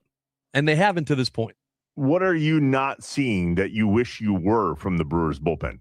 Oh, well, just consistency, right? It's just the consistency of being that lockdown force for this team, especially knowing that the lineup is struggling, right? I mean, there's obviously extremes. In that game yesterday, I think they had 2 hits into the 8th, something crazy like that. So, I mean, you're in that position. It doesn't really matter what the bullpen's doing, but it's all right. If the bullpen could do what they did in this series against the Nationals, now put a string together. Now let's see these guys do this for a couple more series. I'm not saying they're going to be perfect every night, right? But if you're going to say you're the number 1 bullpen, it shouldn't be that far off. Look at some of the names that are coming out of the bullpen for the Brewers and actually pitching decently well. Easton McGee, he's up with the club right now. DL Hall, Grant Anderson had a decent outing again the other night on Saturday. And then yesterday, Brian Fitzpatrick and Jake Woodford. I mean, these are guys, Josh, that didn't necessarily think at the beginning of the season that we were going to be dependent on. And that seems to be part of the problem. Was there's some dudes here that we didn't have our little crystal ball going, oh, they're going to be actually big players in this. We all knew DL Hall, right? I mean, Aaron Ashby, Trevor McGill, Abner Uribe, like these are names that we all recognize. But some of these other guys, not so much. And they're also kind of young. So getting the consistency you're looking for might be a little tough. But this is a good series against the Nationals for the Pen. I mean, yes, that's very true. Also, the guys that you're talking about, though, those are your middle relief guys, which for the most part aren't the problem, right? It's been your closers, your back end, that's been the ones that have been blowing games and things open. I mean, DL Hall for a while there at the beginning of the season was included in that blowing lead, group of the bullpen, and he's worked for it. And knock on wood, he's been doing better. But it's the consistency. This is the time when you need them most. Hopefully, when Vaughn comes back, and then hopefully when Churio comes back, and then hopefully when Yelich comes back, the lineup is putting up more runs. And then maybe we're not even noticing the impact of if the bullpen is off a day because they're up by 5 runs when the bullpen's in, when the bullpen's being used. But when it's close games and they're up by a run or down by a run, every guy that comes on that mound matters. Well, let's see what Tim Allen notices. We're going to talk to the franchise himself coming up here at the top of the hour. The guy views baseball differently. True. Nobody watches or interacts with Milwaukee's Brewers baseball more than Tim Allen. So let's get his take. How are we doing through this point in the season? Specifically, you look at wins. I can't get over the fact that it doesn't feel celebratory after a series win. That was a weird series against the Nationals.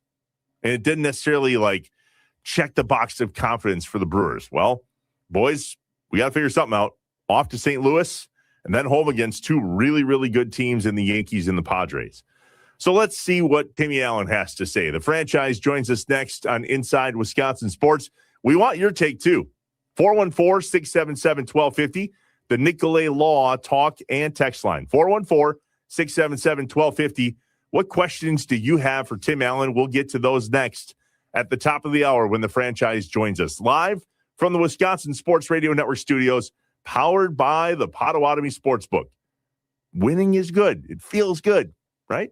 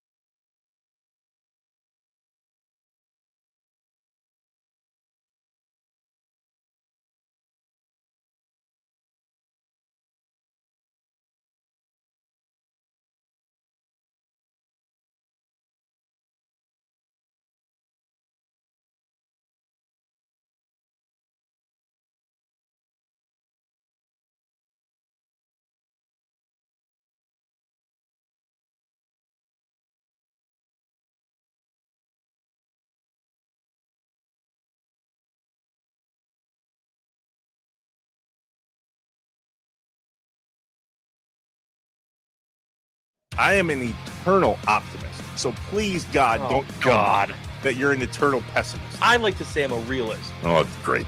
We're going to get along great. This is going to be great. This is Inside Wisconsin Sports with Trevor and Josh.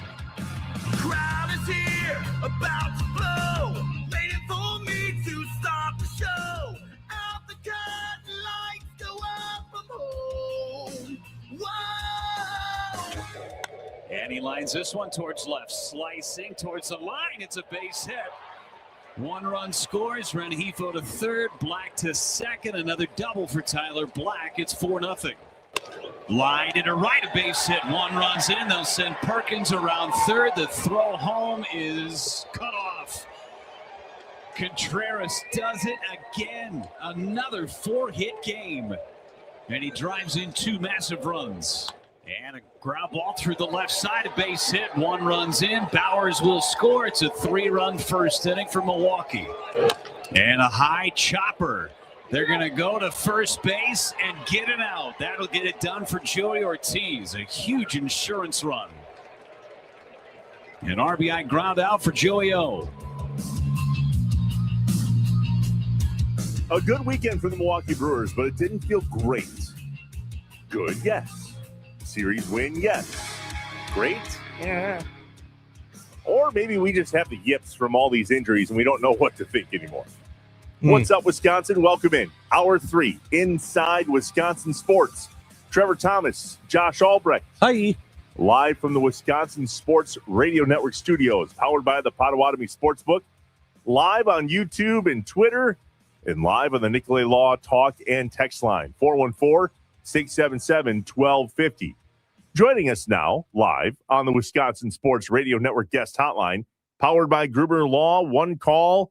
That's all. Our guy, Tim Allen.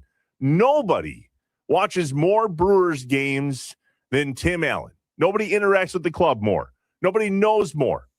And so we're looking to you, Tim, to make sure that we rightfully feel anxious as Brewers fans right now, or do we just have the yips because of all these injuries and we're just trying really hard to just get through games? I think that's part of it, and I think you're accurate. Wasn't great over the weekend. It was good. Yeah.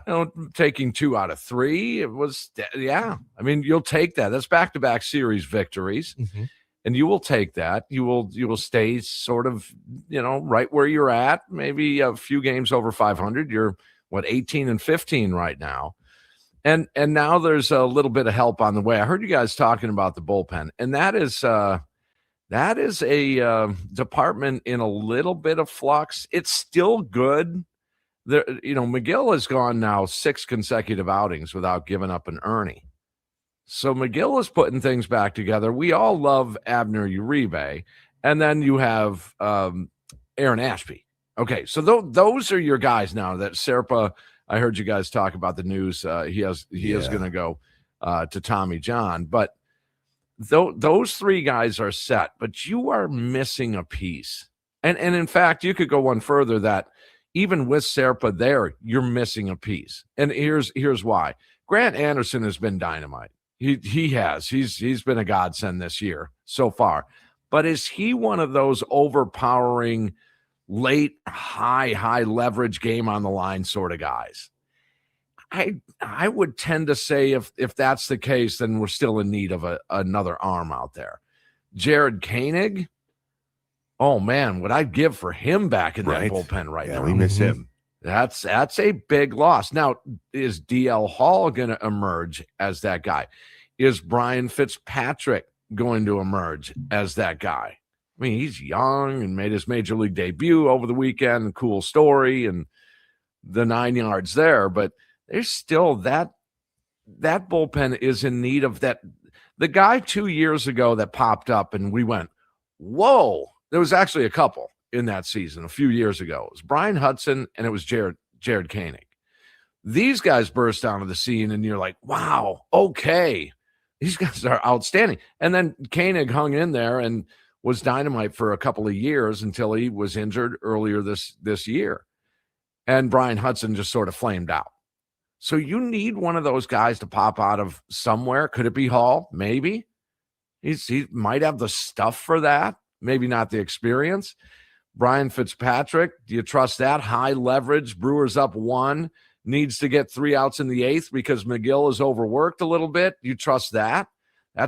And then do you want to move Aaron Ashby from his role? And that is this Swiss Army knife. Throw him in there in the 5th, throw him in there in the 6th, almost like they used Josh Hader years ago. If Ashby is needed high leverage, I get it. But I wouldn't do that right now until it's absolutely needed. Tim, can you tell us a little bit about if the way we're feeling about the bullpen is directly tied to the fact that the lineup is struggling and the games are closer? I feel like we're watching the bullpen super duper close, grading them on a tougher scale because we're putting them in positions to where they're either down by a run, up by a run, but it's close enough to where they need to be perfect.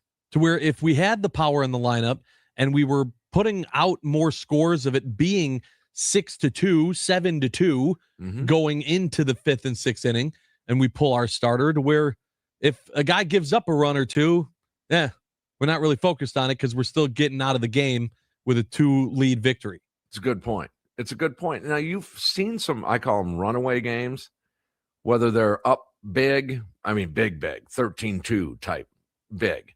That does straighten out a bullpen.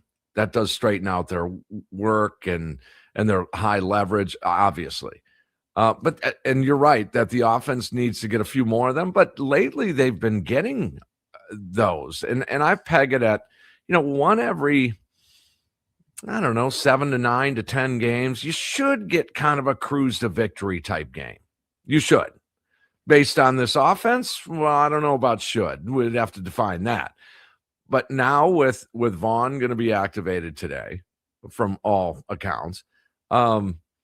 Churio, they may wait this out, guys. Trev, I heard you say the ankle drilled one into his ankle. Yeah. It just figures. But the good thing is the x-rays came back negative. Right away they did imaging. And he's a trooper. I doubt he's going to be activated today. And it may even drip into, there's an off day on Thursday. Can we hang in there without Churio for another 3 games? Hell, it's been 33. So we might as well just wait another 3 games. And then it's 4 full days, and then he comes back full Friday against the Yankees. But on the offense side of things, when these guys get back, this is going to be a good offense. And here's why. When you have Yelich pop back into that lineup, when you have Churio pop back into that lineup, when you have Andrew Vaughn pop back into that lineup, it's not just the production you get out of those guys. It's the production of seeing better pitches for a Sal Frelick, seeing better pitches for Garrett Mitchell, because you can't pitch around those guys. You gotta come to a Garrett Mitchell. You got to come to a Sal Frelick because your work is cut out for you with a Churio, with a Yelich, with a Vaughn, with a Contreras, with a Terang.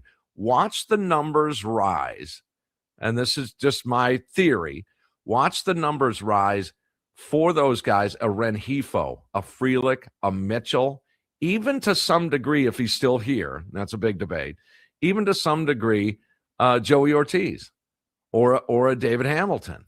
They will get better pitches to hit based on these studs coming back into this lineup. Talking Brewers with Tim Allen on Inside Wisconsin Sports with Trevor and Josh. A lot of question earlier in the show about the purpose of a rehab start, in how Major League Baseball, Tim, seems to be the only one that goes through this rehab process in a live scenario. Is that necessary in 2026? And listen, I understand that Churio could have rifled one off of his ankle in BP, but we have a history here of some of these rehab starts, specifically with our good, if not top of the line players, getting injured in said rehab start. So maybe you know more than we do. What is the ultimate purpose, and can't we avoid something like that? I don't know if you can, Trevor. I'm not sure. DL Hall had, I think, 2 different injuries that occurred while rehabbing. Right. He's rehabbing something, and then he got a knee a couple of years ago. So that does happen. you got to go game speed. I think it's easier.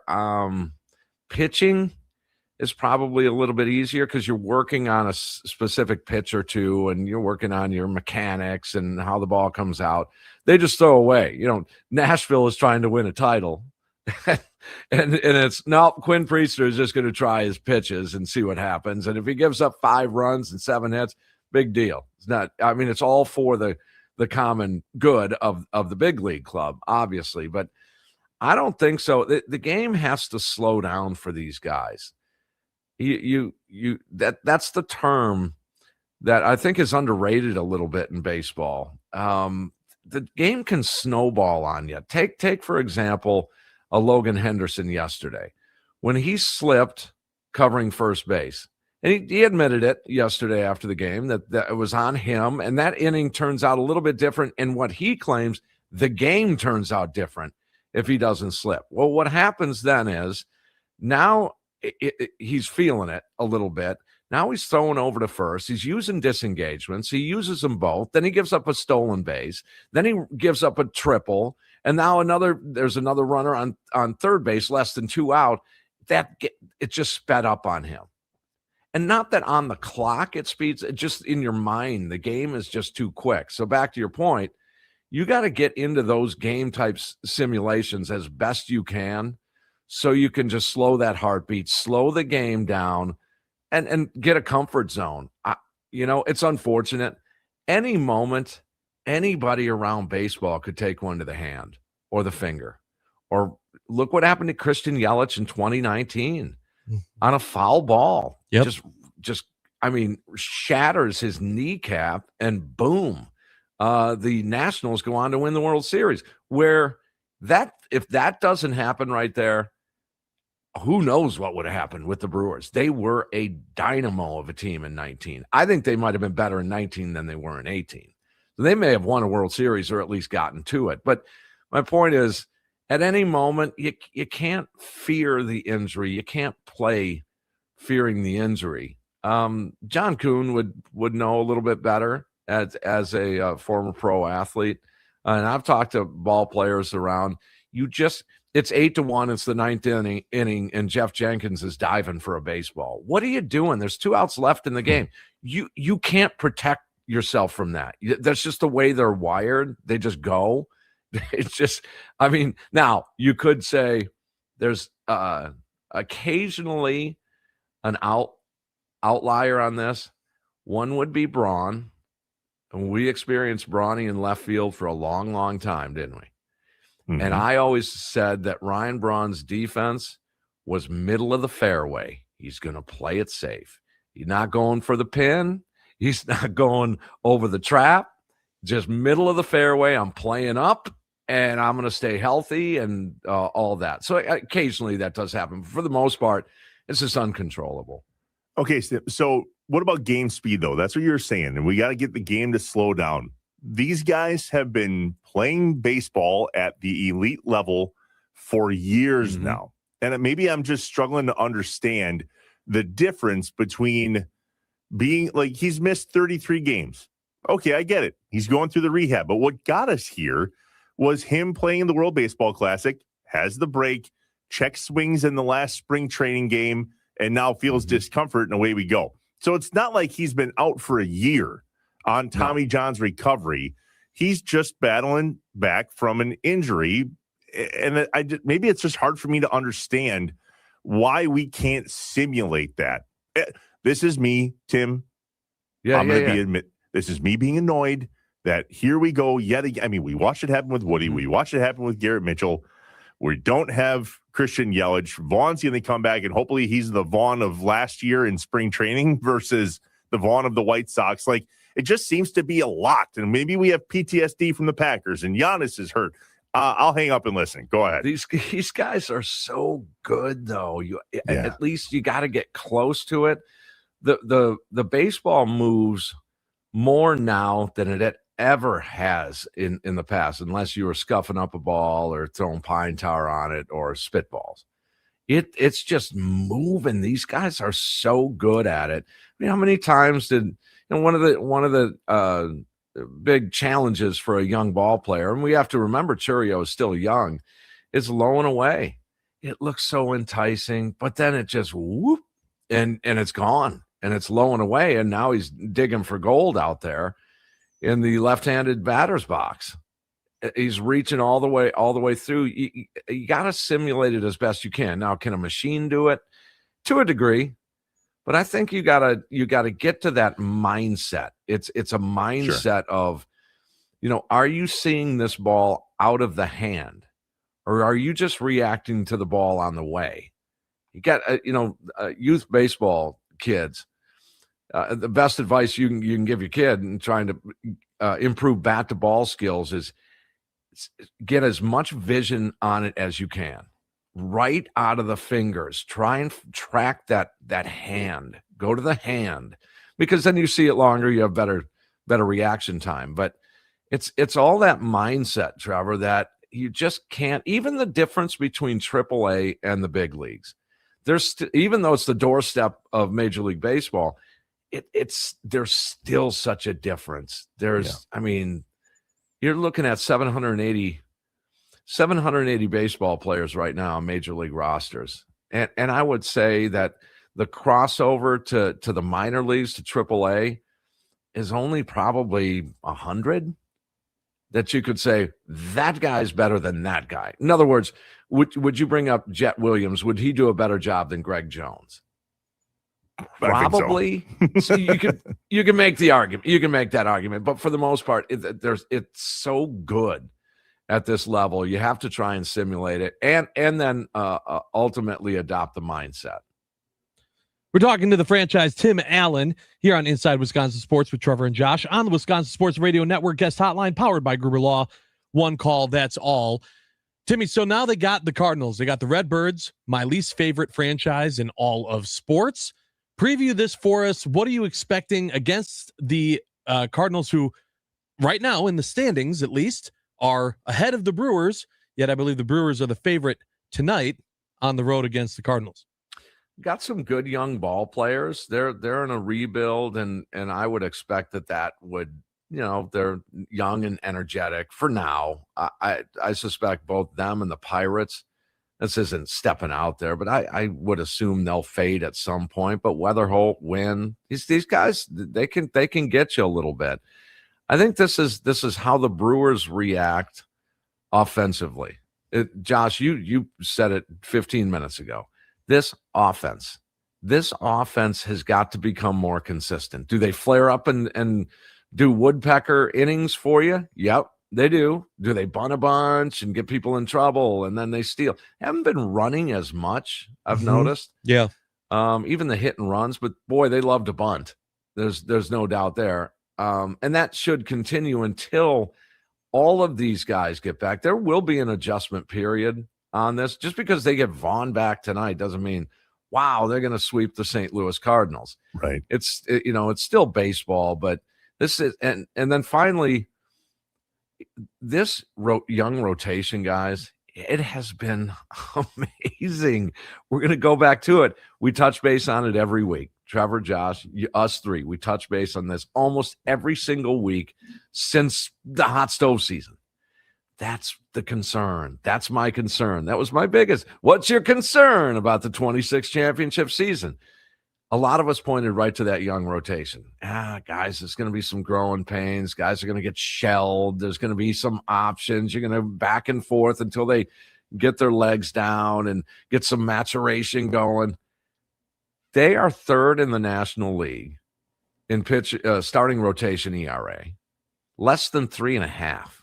For these guys, 5 players, 25 years or younger, have made starts for this ball club this year.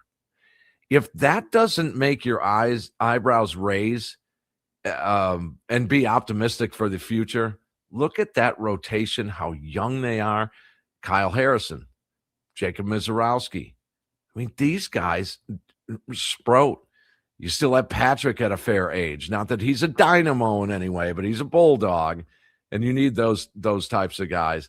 It is truly amazing. Logan Henderson, that changeup and the way he can spot fastballs, that's big league ready right now, boys. It's ready already. You saw him yesterday. He was just outstanding. That is the biggest surprise by far of this championship season here. That's young starting rotation. And now you're starting to stack up starts here. You're going 4, 5, 6 starts deep. We're starting to get clarity. Longevity builds clarity in baseball. Large sample size builds accuracy in baseball. So as this moves along, look at Harrison. A 2.5 or what? 2-2 in 6 starts. He hasn't given up more than 2 runs in any of his 6 starts. He's outstanding. It's been amazing, and that is exactly through these injuries and through a sketchy bullpen in the back end. That is exactly why they're 18-15. And off to St. Louis we go. Tim Allen, the franchise on Inside Wisconsin Sports with Trevor and Josh. Timmy, all the best this week. Godspeed. These God blessed Cardinals. I hate the Cubs more. We've had this debate a lot over post-game shows. That's at the top of the list in any sport. It's that Cub team. But I understand the Cardinal hate too. Yeah, it's real. I've told Josh this story, Timmy, and then we'll let you go. I showed up for some reason. It was business. I was working in a different place, and I had to go to St. Louis for business. It was the day after opening day, and I knew there wasn't a game.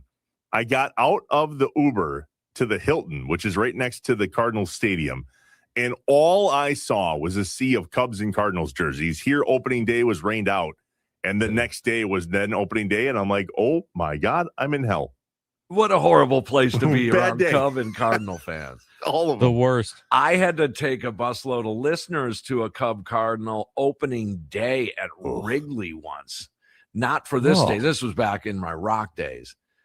But it was this bus trip and beer and sub sandwiches and bleachers at Wrigley Field. You know what I had to do to entertain myself? Because I did not want to be there, but I was working. I played bookie in the bleachers. I said, I'm taking bets on this game. I got to have some sort of vested interest in this game. Oh, I love that. Like only he can. Tim Allen. Buddy, we'll talk to you on Friday. Thanks for jumping on. All right, boys. Thanks. Thanks, Tim. Tim Allen on the Wisconsin Sports Radio Network guest hotline, powered by Gruber Law. One call, that's all. Last week, we had a great conversation about some of our favorite moments during a Wisconsin sporting event. Roll out the barrel and Bernie's slide and all the things that we see here in Wisconsin that we love. So what are some of the things that we see during a Wisconsin sporting event that we can't stand and want it to go away like yesterday? 414-677-1250, the Nicolay Law Talk and Text Line. We're live from the Wisconsin Sports Radio Network studios, powered by the Potawatomi Sportsbook. It's Inside Wisconsin Sports with Trevor and Josh.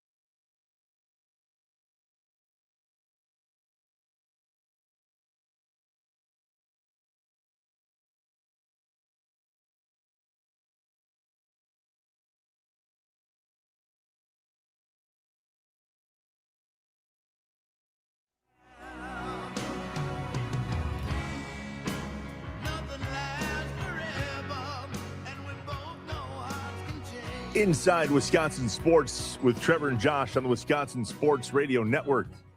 Wondering what part of the Wisconsin sporting event atmosphere you wish you could delete? What do you never want to see again at a Wisconsin sporting event? We had a great conversation last week with all of you across the state of Wisconsin on the Nicolay Law Talk and text line. That number, 414-677-1250. We talked about all the things we love that are unique to Wisconsin sporting events that we just will forever have a special place in our heart for. And there's a lot of things that we absolutely can't stand. Like, for instance, as an example, doing the wave when the Packers are on offense. Sure. Just don't. Sure. What's one that made your list? The biggest one for me was jump around at other places than Camp Randall. I don't know why, but more than anything else, like if I'm at a Packer game and I hear jump around, I participate, but I'm like, this is wrong.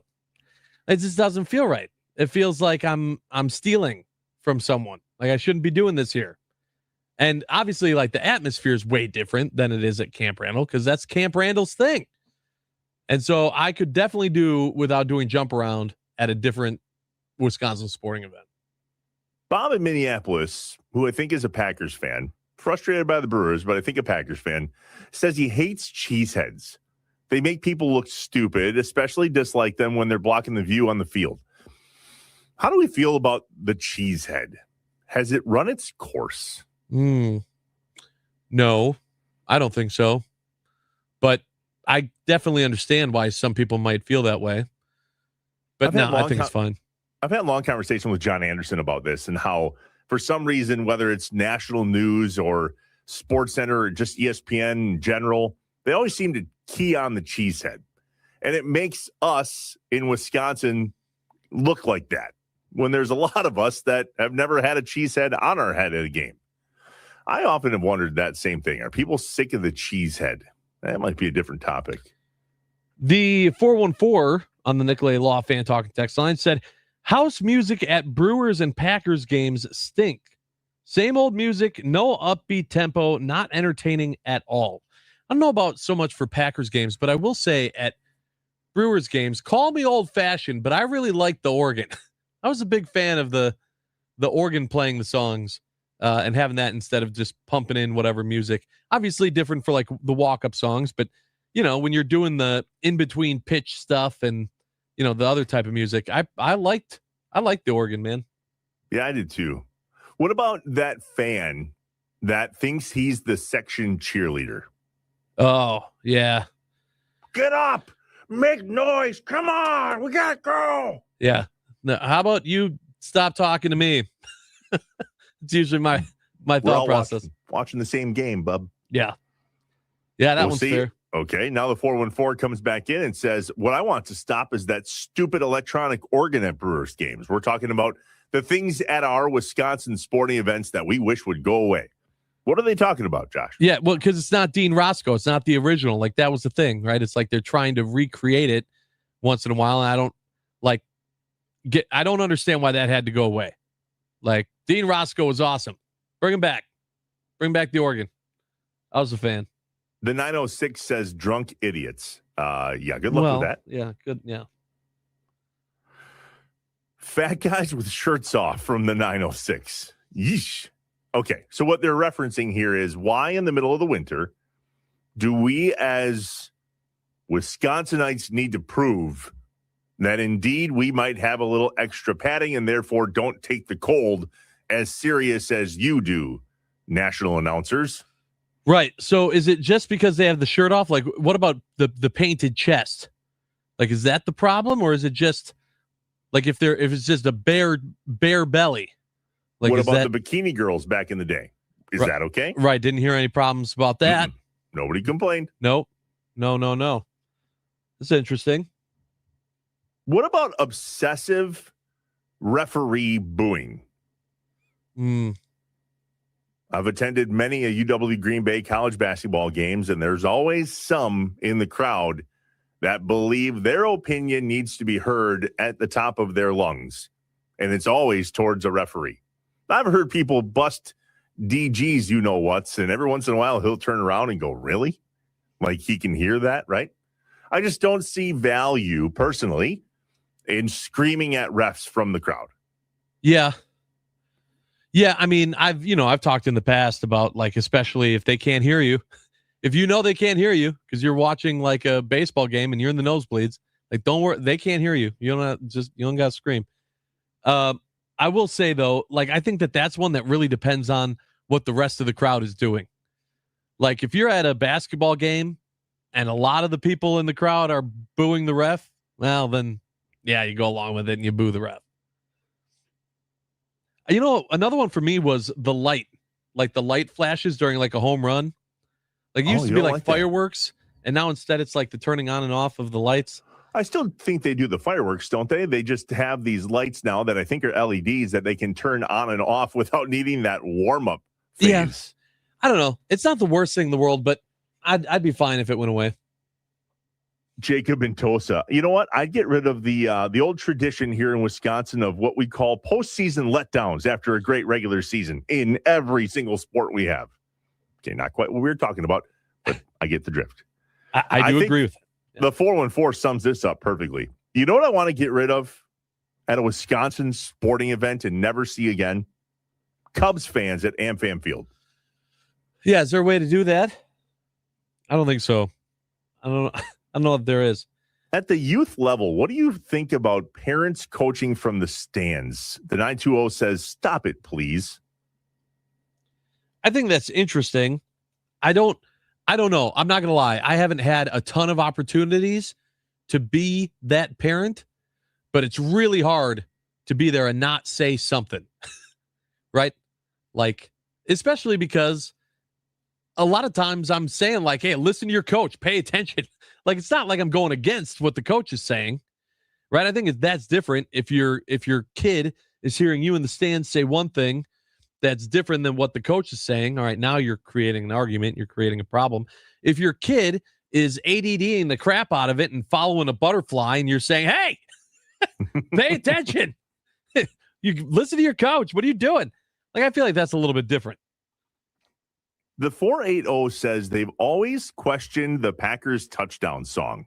Yeah. It doesn't make sense to play drum all day or bang on the drum all day after scoring a touchdown. I just don't get it. Do we know the history there? So, first of all, I had to look this up. The 480 is Arizona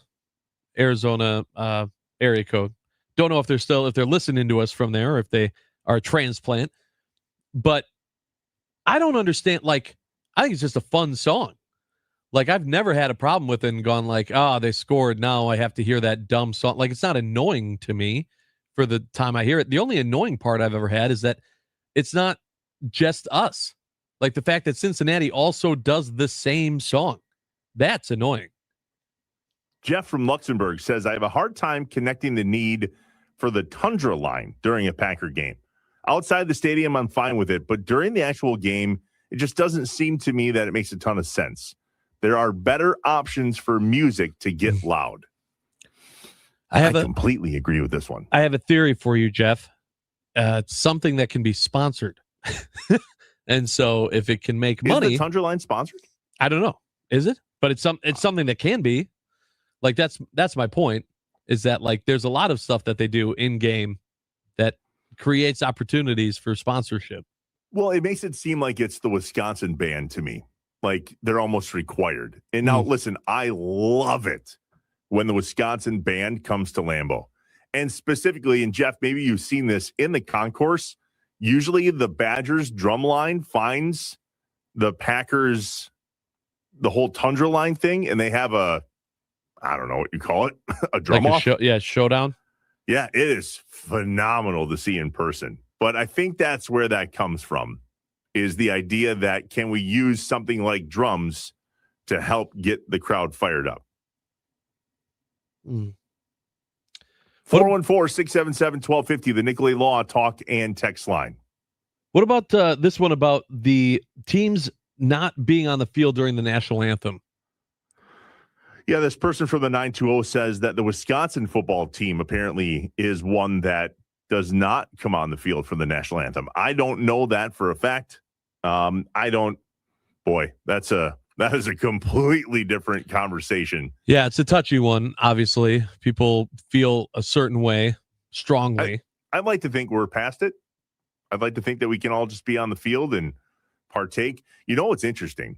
I've heard a lot of people, when all of that was super hot and heavy, ask why we do that. Why do we sing the national anthem at the beginning of every sporting event? Yeah. It's a fair question. And they go, well, because we're getting to play a game because of the country we live in. And so we honor the fact that that's the case. And I agree with that point. However, we don't do it with a bunch of other stuff. Before I go and I see a play, there's no national anthem. Like, it's just sporting events. That'd be fun. That's a fun understand. Top 5 Friday.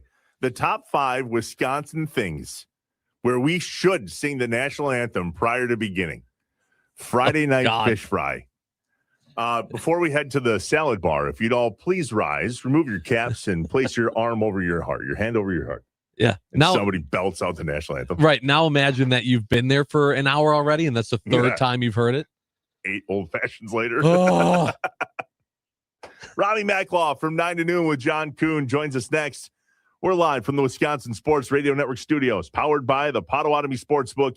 It's Inside Wisconsin Sports with Trevor and Josh.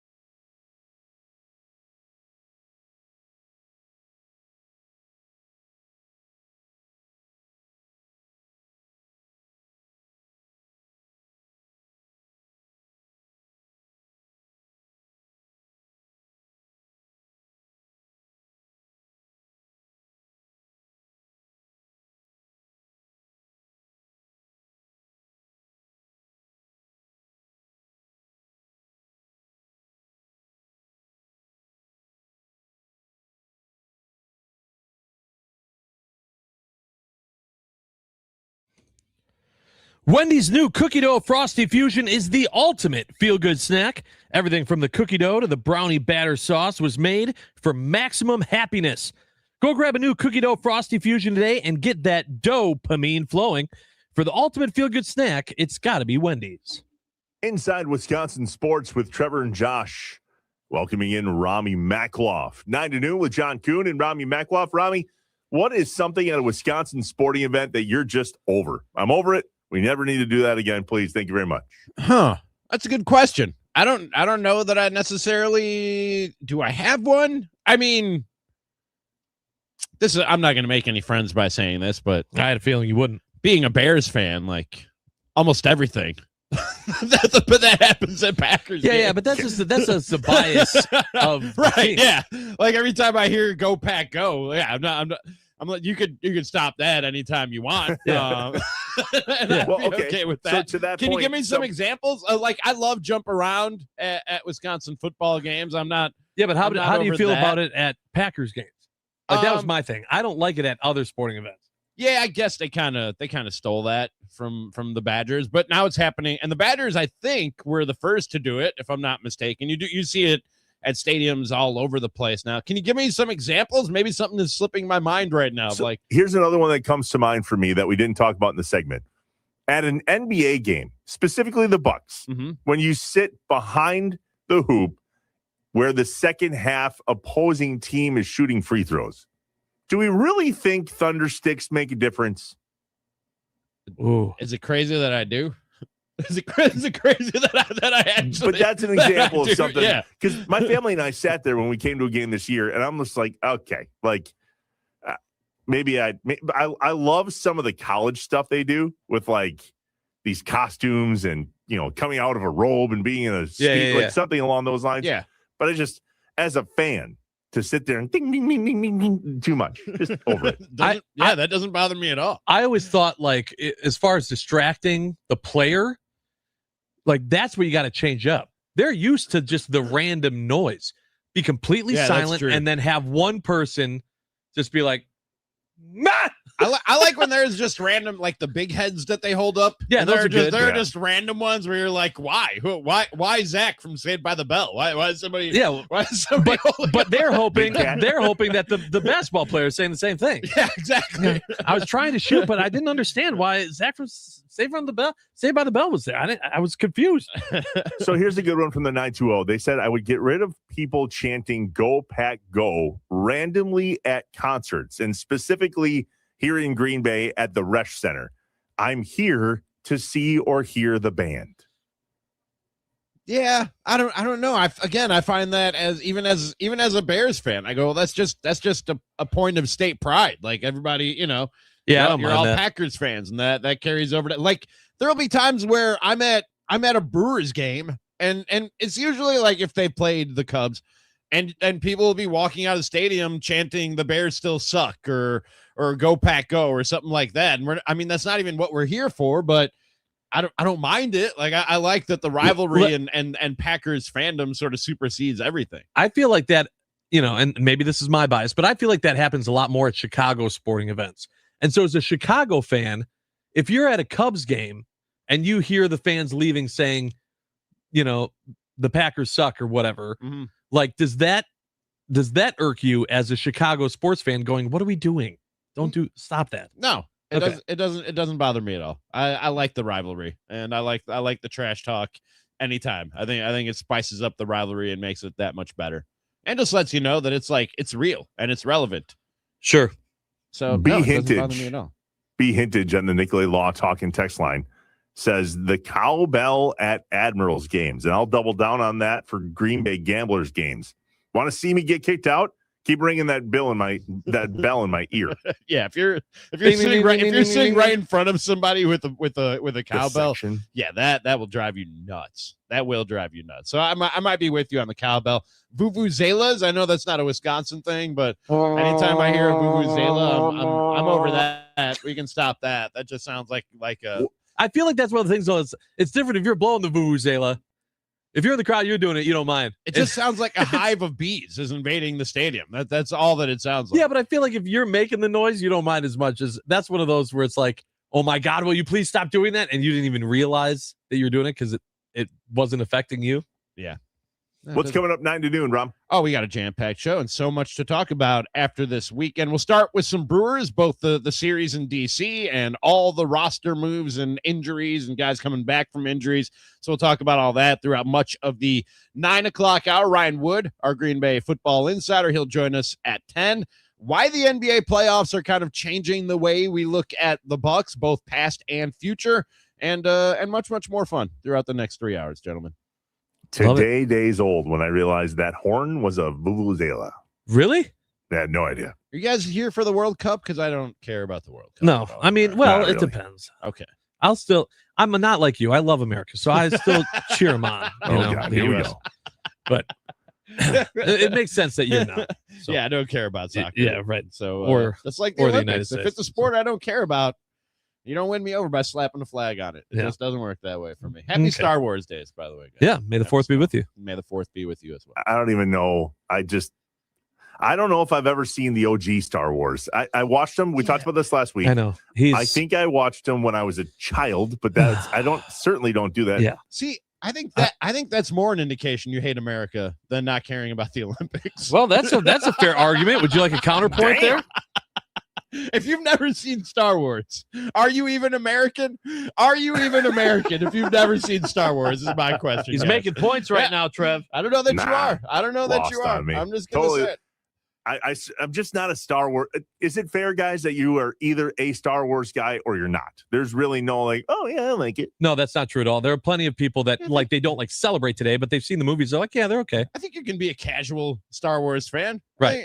I don't think you have to be hardcore. I think you can be a casual Star Wars guy. It's definitely not just you either love them or you've never seen them. It's just a rite of passage to being an American. I asked him if he'd watch him. He said no. It's crazy. I'm out. I'm good. That's crazy. You should. Tim Allen, he's the best. He joins us every Monday and Friday, as do all of you. We will see you tomorrow, Wisconsin. We're live from the Wisconsin Sports Radio Network studios, powered by the Potawatomi Sportsbook. It's Inside Wisconsin Sports with Trevor and Josh. We'll see you tomorrow because we're not done yet.